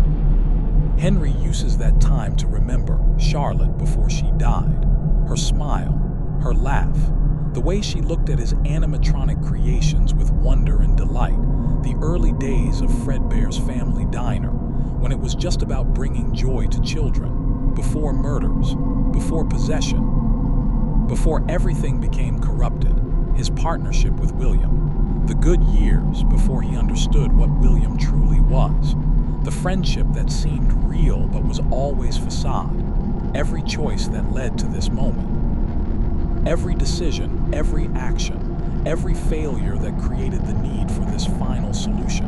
And he thinks about what comes after. For him, nothing. Death. Actual death, not the corrupted continuation that William and the possessed animatronics experience. He welcomes it, has been ready for years. But for the souls, for Charlotte and the missing children and Elizabeth and all the others William destroyed, after will be different freedom, release. Whatever exists beyond death, they'll finally reach it. That's worth Henry's sacrifice. Worth any sacrifice, the time approaches. Michael's shift is nearly complete. The animatronics are in position, scattered throughout the building, hunting, waiting. None of them understand yet, don't recognize that they are exactly where Henry needs them, trapped, contained, about to face the only force that can destroy Remnant completely. Henry checks the systems one final time. Heat elements functional, accelerants distributed, seals ready, ventilation prepared to reverse. Everything is ready. He activates the recording. His final speech, the words he's crafted and refined over months. The message that explains everything to everyone who needs to hear it, to Michael, to Elizabeth, to the missing children, to William, to Charlotte. Henry's hand hovers over the final activation switch, the one that will begin the fire, that will transform the pizzeria into an inferno, that will end everything. He thinks one last time about Charlotte, about his daughter, about the little girl who died in the rain and became something else, something that has suffered for decades. "I'm sorry I couldn't save you then," Henry whispers, "but I can save you now." His finger presses the switch, and the fire begins. But before the flames, before the heat, before the destruction, there are words, a speech, a confession, a condemnation, an apology. Henry Emily's final message to the world he helped create and now will destroy. The intercom activates. Henry's voice fills the building, and he begins to speak. Connection terminated. 2 words, calm, measured, final. Henry Emily's voice fills the darkness of Freddy Fazbear's Pizzeria simulator. Not harsh, not angry, just tired. The exhaustion of decades carried in those syllables. The intercom crackles. Michael Afton, sitting in the office, hears it and understands immediately. This isn't a normal message. This isn't phone guys training tapes or corporate announcements. This is something else, something final. In the vents, in the corridors, in the rooms scattered throughout the building, 4 animatronics pause. Baby, Molten Freddy, Scraptrap, Lefty, they hear the voice. Some recognize it. William certainly does, or whatever remains of William's consciousness within Scraptrap's charred frame. Others simply stop, drawn by the certainty in those words, and Henry continues.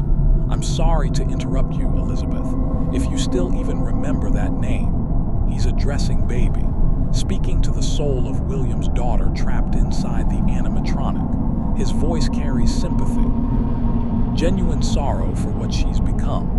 Elizabeth Afton was a child, innocent. She wanted to see her father's creation, wanted to interact with Circus Baby, and the animatronic William built, with hidden compartments, with child capture mechanisms, killed her. She's been Baby ever since. Decades trapped in that metal shell, consciousness corrupted by the possession. No longer entirely the little girl who approached the animatronic, but not entirely something else either. A ghost wearing a machine possessed by a ghost. The distinction meaningless. But I'm afraid you've been misinformed. Henry's words cut through whatever Elizabeth believed, whatever brought her to this location. The promise of purpose, perhaps, or continuation, or simply the instinct to exist, to persist, that drives all the possessed animatronics. You are not here to receive a gift. The pizzeria was presented as an opportunity. For Michael, a job. For the animatronics, salvage and purpose. For William, access to remnant and victims, all lies, necessary lies. Nor have you been called here by the individual you assume. Michael didn't create this opportunity. Michael is a tool, willing or unwitting. The true architect is someone else, someone who has planned this for years. Although you have indeed been called, deliberate, intentional, every element designed to bring specific targets to this specific location. Henry's voice remains calm, almost gentle. He's not gloating, not celebrating, simply explaining. You have all been called here, into a labyrinth of sounds and smells, misdirection and misfortune. The building is a trap. The layout, the salvage, the fake pizzeria, all components of an elaborate mechanism designed for one purpose, containment and elimination. A labyrinth with no exit, a maze with no prize. There is no escape, no reward, only ending. You don't even realize that you are trapped. The animatronics have been focused on hunting Michael, on navigating the building, on their individual purposes and drives. None recognized the larger pattern. None understood they were exactly where someone wanted them. Your lust for blood has driven you in endless circles. The possessed animatronics are driven by rage, by confusion, by the trauma of their deaths. They hunt night guards, attack living people, express their anguish through violence. But that violence has led them here, to this place, this moment, chasing the cries of children in some unseen chamber, always seeming so near, yet somehow out of reach. The audio lures. The sounds of children that draw the animatronics forward, that guide them through the building. Designed to exploit their nature, Charlotte's protective instinct, the missing children's confusion, even William's predatory focus, all manipulation, all strategy. But you will never find them, because the children aren't real, just recordings, bait, tools in Henry's trap. None of you will. Comprehensive, absolute, no exceptions. Henry pauses, the silence stretches. In the building, the animatronics processes words, understanding dawning, too late to matter. This is where your story ends, finality, not a threat, a statement of fact, and then Henry's tone shifts. Becomes more personal, more pained. And to you, my brave volunteer who somehow found this job listing not intended for you, Michael. Henry is speaking to Michael Afton now, William's son, the man sitting in the office listening, understanding what's about to happen. The job listing was bait for animatronics, not humans, but Michael found it, applied, took the position. Although there was a way out planned for you, I have a feeling that's not what you want. An exit existed. Michael could have left before Saturday, could have recognized the danger and fled. But Henry knew he wouldn't. Knew that Michael's purpose, stopping his father, ending the cycle of horror William created, would keep him here. I have a feeling that you are right where you want to be. Michael has been searching for this, for years. Following William's trail through haunted locations, trying to undo the damage his father caused. This is Michael's end too, and he accepts it, welcomes it perhaps, because Michael is tired. His body has been rotting for years. His existence is suffering. And his purpose, confronting William, preventing further harm, can only be achieved through sacrifice. Henry understands this, offers acknowledgement without apology. Michael made his choice. Henry simply provided the means. The speech continues. Henry addresses the animatronics again. The souls trapped within them. I am remaining as well. I am nearby. Henry isn't speaking from safety. He's in the building. We'll die with them. This isn't remote execution. It's shared fate. Henry refuses to kill from a distance, refuses to survive what he's inflicting on others. It's the final act of a man who has carried guilt for decades, who sees his own death not as tragedy but as justice. This place will not be remembered, and the memory of everything that started this can finally begin to fade away. Erasure. The pizzeria will burn completely. Investigators will find ashes, no evidence, no clear answers, the truth of what happened here, the murders, the possession, the decades of horror, will die with the building, and that's mercy. Let the tragedy fade. Let families stop asking questions that have no good answers. Let the nightmare be forgotten, as the agony of every tragedy should. The souls have suffered for decades. That suffering should end. Not be preserved, not be studied, not be remembered, just ended. Completely. Finally. And to you monsters trapped in the corridors, be still and give up your spirits. Henry speaks to the animatronics themselves now, the machines, separate from the souls within them, commanding them to stop, to cease the struggle, to accept what's coming. They don't belong to you. The souls aren't the animatronics' property. The possession was never intended, never right. The consciousness trapped in metal wants release, even if the metal itself has become dependent on that consciousness. For most of you, I believe there is peace and perhaps more waiting for you after the smoke clears.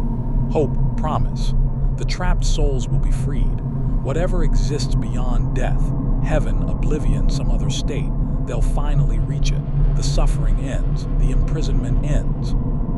True death, complete death, becomes possible. Although for one of you, Henry's tone changes, hardens. The sympathy and gentleness disappear. The darkest pit of hell has opened to swallow you whole. William, this is for William, not peace, not release, not the mercy offered to the children. Damnation, punishment, hell itself. So don't keep the devil waiting, old friend, old friend. The words carry such weight, history, partnership, betrayal, the death of friendship and its transformation into something darker. They were friends once, partners, collaborators who built something wonderful, and William destroyed it all, murdered children, corrupted the business, killed Henry's daughter, old friend. The phrase is condemnation masquerading as familiarity, a reminder of what was lost, what William threw away in pursuit of his obsessions. Henry's voice becomes softer again, more personal, more broken. My daughter, if you can hear me, I knew you would return as well. Charlotte, Lefty, the puppet, Henry's daughter trapped for decades in mechanical form. It's in your nature to protect the innocent. Charlotte has been protecting children since her death. The puppet gave gifts to the missing children, helped them possess the animatronics, guided them, because that's who Charlotte was, who she remains, even transformed by death and possession. I'm sorry that on that day, the day you were shut out and left to die, no one was there to lift you up into their arms the way you lifted others into yours. Henry's voice breaks slightly. This is the heart of his guilt, his failure. Charlotte died alone, locked out while he was inside. Unable to help, and she spent decades helping others, lifting them up, protecting them, giving them what she never received. And then what became of you, the puppet? The transformation, the decades of mechanical existence, the suffering Henry couldn't prevent and couldn't end until now. I should have known you wouldn't be content to disappear, not my daughter. Charlotte could have moved on, could have let go, but she stayed, remained, continued protecting, because that's her nature, her fundamental essence. Even death couldn't change it. I couldn't save you then, so let me save you now. This is Henry's final gift to his daughter, not life. He can't restore that, but death, true death. Release from the mechanical prison, salvation through destruction, his voice steadies. The personal pain controlled, though not eliminated. It's time to rest, for you and for those you have carried in your arms, Charlotte and the children she's protected, all of them. Release for all. This ends for all of us. Henry included. His death, his release, his end to decades of guilt and planning and suffering. End communication. The intercom cuts off. Silence fills the building for one moment, and then the fire begins, the inferno. Destruction made perfect, the heating elements activate simultaneously throughout the building. Hidden within walls, beneath floors, above ceilings, temperature rises rapidly, not gradually, not giving anyone time to escape or react. The systems Henry designed work perfectly, instantly transforming the pizzeria into a furnace. The accelerants ignite. Walls burst into flame. The fire spreads with impossible speed, consuming everything. In the office, Michael feels the heat. Sees smoke beginning to fill the room. The monitors show fire spreading through every area, every corridor, every vent. He could try to escape, could attempt to break through a window, force open a door, but he doesn't. He sits in the chair and waits, accepting, perhaps relieved. Michael Afton has been undead for years, his body rotting, held together by remnant and willpower. His existence has been suffering. Purpose was the only thing keeping him going, stopping his father, preventing more deaths. Now that purpose is fulfilled. The trap has worked. William is trapped here, about to be destroyed. The possessed animatronics will be freed. Michael's work is done. And death, real death, final death, is welcome. The smoke thickens. The heat becomes unbearable. Michael's vision blurs and he thinks of his siblings. Elizabeth, about to be freed from baby. His younger brother possibly possessing Golden Freddy, possibly already at rest. His family destroyed by their father. Now finally released from that destruction, Michael closes his eyes, accepts the fire. And whatever remains of his consciousness after years of undeath finally lets go. William's final moments. Rage and realization in the vents. Scraptrap experiences the fire differently. William Afton has died before. The Springlock failure was agony beyond description. 30 years sealed in darkness was sensory deprivation torture, but this is worse, because William understands what's happening, who orchestrated it, and what it means. Henry, his former partner, the man he dismissed as weak, as broken, as no longer a threat. Henry has been planning this for years, decades, waiting, preparing, building this perfect trap, and William walked right into it. Drew by the promise of remnant, by the opportunity to continue his work, by the very obsessions Henry knew he couldn't resist. Rage fills what's left of William's consciousness. Not fear. Fear requires capacity for self-preservation, and William has moved beyond that. But rage, pure, impotent fury, he's being destroyed, eliminated, by Henry Emily of all people, the creator, not the destroyer. the soft one, the weak one. Except Henry wasn't weak. Henry was patient, strategic, willing to sacrifice everything, including himself, to stop William. And that willingness makes Henry more dangerous than William ever recognized. The heat intensifies. Scraptrap's charred body begins to burn again. The metal framework that supports William's consciousness starts to melt. William tries to move, to escape, but the building is sealed, every exit locked. Ventilation reversed to trap heat rather than disperse it. Perfect engineering. Henry's expertise applied to destruction. The remnant binding William to Scraptrap begins breaking down. The molecular bonds that preserved his consciousness for decades fracture under sustained, intense heat. William's awareness fragments. Memories surface and dissolve. Charlotte's murder. The missing children. Creating the Funtime animatronics. The Springlock failure. Becoming Springtrap. All of it burning away. Dissolving. Ending, and in his final moments of coherent thought, William Afton experiences something he spent his entire existence trying to avoid. Defeat. Complete. Absolute. Undeniable. Henry won. The souls will be freed. William's work will be destroyed, and then even that understanding dissolves in the heat. Consciousness fragments completely. The remnant is destroyed. William Afton, who murdered children in pursuit of immortality, who achieved undeath and persisted for decades, who became Springtrap and Scraptrap and terror incarnate. William Afton dies, truly, finally, completely, or so it seems. Charlotte's release. A daughter's rest inside Lefty, the puppet burns. Charlotte Emily experiences the fire as sensation without pain. She's been mechanical for so long that physical suffering has become abstract, distant, but she's aware, conscious, understanding what's happening. Her father built this trap. Her father orchestrated this destruction. Her father is killing her, killing the puppet, killing the consciousness that has persisted for decades. And Charlotte understands why. She's been trapped, suffering, existing in a state that isn't life but isn't death.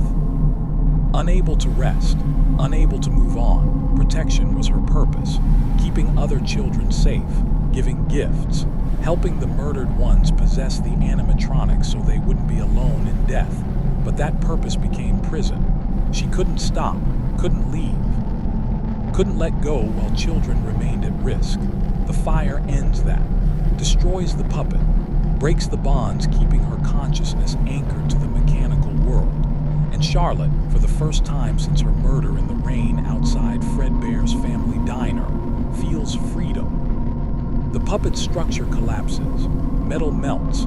The mask, painted with tears with the image of suffering made permanent, dissolves in the flames.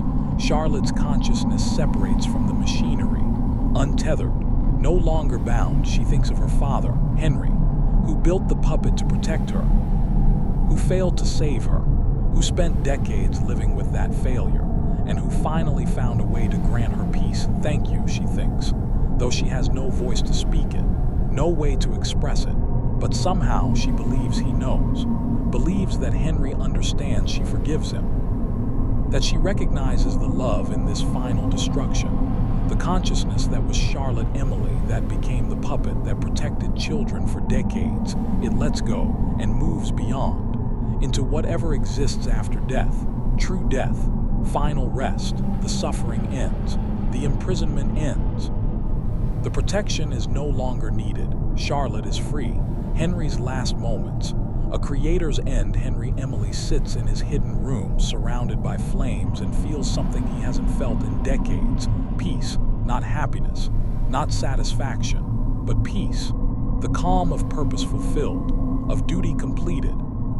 Around him, the building burns. The animatronics are being destroyed. The souls are being freed. William is dying. Again. Finally.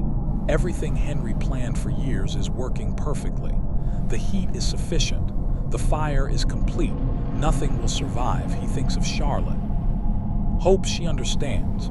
Hopes she forgives him for taking so long, for allowing her to suffer in mechanical form for decades before finding this solution. He thinks of the missing children: Gabriel, Jeremy, Susie, Fritz, Cassidy, murdered by his business partner. Trapped in animatronics he helped design, now finally released, he thinks of Michael, William's son but nothing like his father, a good person who suffered terribly, who dedicated his undeath to stopping William, who deserves the rest this fire will bring, even Elizabeth, William's daughter. Corrupted by possession but still a victim, still a child who died because her father built machines designed to kill, all of them ending, all of them freed, and Henry ending with them. As is right, as is just, he created the platform William used, built the animatronics that became prisons, founded the company that enabled decades of horror. His death is penance, earned, appropriate. The heat becomes unbearable. Smoke fills the room. Henry's lungs struggle. His vision darkens. He doesn't fight it, doesn't try to survive. He releases, accepts, and thinks one final time of Charlotte, waiting for him perhaps, on the other side, free and whole and finally at peace. Henry Emily closes his eyes. The fire consumes him, and the creator of Freddy Fazbear's empire dies in the flames that destroy his creation. The building collapses. The fire department arrives too late to save anything. By the time they extinguish the flames, nothing remains but ashes and twisted metal. Investigators find no bodies. The heat was too intense. Everything organic was completely consumed. 4 animatronics were supposedly inside. Now there's only slag, unidentifiable debris. The investigation concludes: accidental fire, electrical malfunction, tragic but explainable. The site is cleared, sold. Eventually something else will be built there, but for now it's just ashes. The end of Freddy Fazbear's Pizza. The end of Fazbear Entertainment. The end of the nightmare that began decades ago in an alley behind Fredbear's family diner. The souls are free. The threat is eliminated. The story is over, or so it appears. Ultimate Custom Night, hell of his own, making 50 animatronics, 50 voices, 50 threats, all attacking simultaneously, all focused on one target. Ultimate Custom Night presents itself as extreme gameplay challenge, maximum difficulty. Every antagonist from across the franchise united in attacking the player. But the voices, the lines spoken by the animatronics, suggest something else. He tried to release you. He tried to release us. But I'm not gonna let that happen. I will hold you here. I will keep you here. No matter how many times they burn us. The puppet speaks these words. But not Charlotte's voice. Someone else using the puppet's form. I am the fearful reflection of what you have created. Nightmare Fredbear, addressing the player directly, suggesting the player created these nightmares. This is how it feels, and you get to experience it over and over and over again. Forever, endless suffering, eternal punishment, repetition without release. The popular interpretation: Ultimate Custom Night is William Afton's personal hell. He died in the Pizzeria simulator fire. But death didn't bring oblivion. Instead, William's consciousness was trapped in some form of purgatory, tormented by the voices and forms of everyone he wronged. The missing children attack him. Charlotte holds him there, preventing escape. His own creations tear at him repeatedly. Death comes but brings no release. He simply awakens to experience it again, over and over, forever. This is the fate Henry condemned William to. The darkest pit of hell has opened to swallow you whole, not metaphor, literal damnation. Eternal punishment for murders William committed and showed no remorse for, and the architect of this hell, partially Henry, the trap that killed William, the fire that destroyed his physical form, but also Cassidy, the most vindictive of the missing children, the one who refuses to let William rest, who holds him in this nightmare state, ensuring suffering continues beyond physical death. Henry freed the other souls, but he couldn't, or wouldn't, free William. Some sins are beyond forgiveness. Some criminals deserve eternal punishment.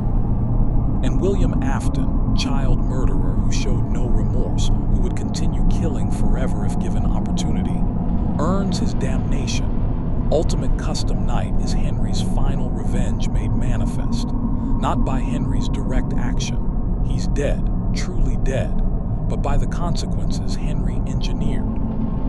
William trapped forever, suffering endlessly, experiencing the fear and pain he inflicted on others, repeated infinitely, justice, perfect, eternal, the legacy. What Henry left behind Henry Emily's physical legacy is ashes. The pizzeria burned completely. The animatronics were destroyed. The company dissolved, but his spiritual legacy is freedom. Every soul Henry freed, every consciousness released from mechanical imprisonment, every spirit allowed to finally rest. Charlotte, the missing children, Elizabeth, even Michael, who may not have been Henry's target but benefited from his plan, all freed by Henry's final act, and the world is safer. William Afton, the monster who murdered children for decades, is destroyed. The remnant-infused animatronics that enabled possession are eliminated. The locations that accumulated such tragedy are gone. Henry gave humanity a chance to start over, to build entertainment for children without the shadow of murder hanging over it. The cost was everything: his life, his daughter's continued existence in any form, Michael's life, the building, the company, but Henry deemed it worthwhile. And who can argue, balanced against decades of horror, against children's souls trapped in suffering, against William's continued murders? Henry's sacrifice seems not just appropriate but necessary. He's remembered, if at all, as a footnote. The co-founder of Fazbear Entertainment who withdrew after personal tragedy. Someone who used to matter, then didn't. The truth of what he did, the planning, the sacrifice, the final solution dies with him. Perhaps that's how Henry wanted it. No recognition, no credit, just results. The souls freed. The monster destroyed. The nightmare ended. Mission accomplished. Nothing else matters. The debate: did Henry succeed? But did William truly die? Did Henry's plan succeed completely? The evidence becomes contradictory after Pizzeria Simulator. Help Wanted introduces Glitch Trap, a digital entity that resembles Spring Bonnie, that acts like William, that appears to contain fragments of William's consciousness. If Glitch Trap is William, and evidence suggests it is, then Henry's plan failed. William survived as data, digital consciousness rather than remnant sustained on death, but survived nonetheless. Security breach presents burn trap, an animatronic in the Pizzaplex basement that resembles Scrap Trap. That may be William physically reconstituted, or the mimic using William's appearance, or some hybrid entity. Again, if Burn Trap is William, Henry's plan failed. But there's alternative interpretation. Perhaps these entities aren't William. Perhaps they're echoes, fragments, copies that retain William's patterns without being William himself. Like a virus that survives by replicating itself across multiple hosts. The original is destroyed, but the pattern persists. This interpretation preserves Henry's success while explaining subsequent threats. William died, truly, completely. The consciousness that was William Afton was destroyed in the Pizzeria Simulator fire. But the pattern William created, the behaviors, the methods, the obsessions, survived as data or was replicated by the mimic AI. Henry destroyed the man, but he couldn't destroy the idea of the man. And ideas, once released, are impossible to eliminate completely. So Henry succeeded and failed. Destroyed William, but not William's legacy. Freed the souls, but not the world from William's influence. Perhaps that's the truest tragedy of Henry's story. He sacrificed everything. Did everything right. Executed his plan perfectly, and it still wasn't enough. Because evil adapts, persists, finds new forms. You can kill the monster, but you can't kill what the monster represents. Why Henry matters. The heart of the tragedy, Henry Emily, is Five Nights at Freddy's emotional core. Not the protagonist, that's Michael in most games. Not the antagonist, that's William. But the heart, the conscience, the reminder of what was lost. Henry represents what Freddy Fazbear's could have been, should have been. A place of genuine joy and wonder for children. Entertainment that uplifted rather than destroyed. His creations, Fredbear the puppet, all the early animatronics were built with love, with the intention of making children happy, and William corrupted all of it. Took Henry's creations and made them tools for murder. Took Henry's dream and transformed it into nightmare. Henry's tragedy is being good in a world that punishes goodness. Trusting in a partnership with someone unworthy of trust. Creating with love and watching love be destroyed. But Henry's heroism is refusing to accept that destruction as permanent. Fighting back, planning for decades, sacrificing everything to undo the damage. He couldn't save Charlotte. Couldn't prevent the missing children's murders. Couldn't stop William before the horror spread, but he could end it, finally, completely, and he did, at the cost of his life, his legacy, his daughter's continued existence in any form. That's true heroism, not the flashy kind, not the celebrated kind, but the quiet, determined kind, the willingness to do what must be done, regardless of cost. Henry Emily loved children, wanted to bring them joy. And when that joy was corrupted into horror, he spent the rest of his life fixing what he could fix and destroying what couldn't be saved, including himself. The world doesn't know what Henry did, doesn't understand the sacrifice, doesn't recognize the heroism, but the souls know. Charlotte knows. The freed children know, and in the end, that's enough.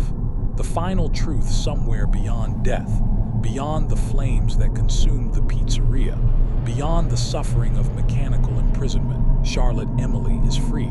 She's not the puppet anymore, not trapped in metal and wiring, not compelled to protect, unable to rest. She's simply Charlotte, a girl, a soul, a consciousness that suffered and is now at peace.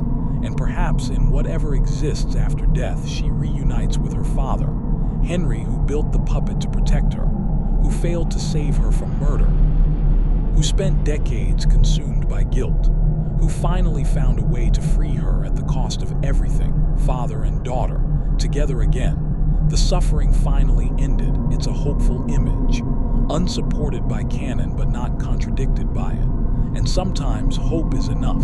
The fire burned. The souls were freed. The monster was destroyed.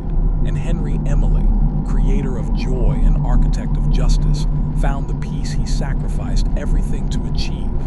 The documentary ends not with answers. Five Nights at Freddy's rarely provides those, but with understanding of who Henry was, what he built, what he lost, what he sacrificed, what he achieved, understanding that heroism isn't always loud, that justice sometimes requires terrible choices, that love can manifest as destruction when destruction is the only path to freedom. Understanding that Henry Emily, co-founder of Fazbear Entertainment, father of Charlotte, friend turned enemy of William Afton, was the franchise's most tragic and most heroic figure.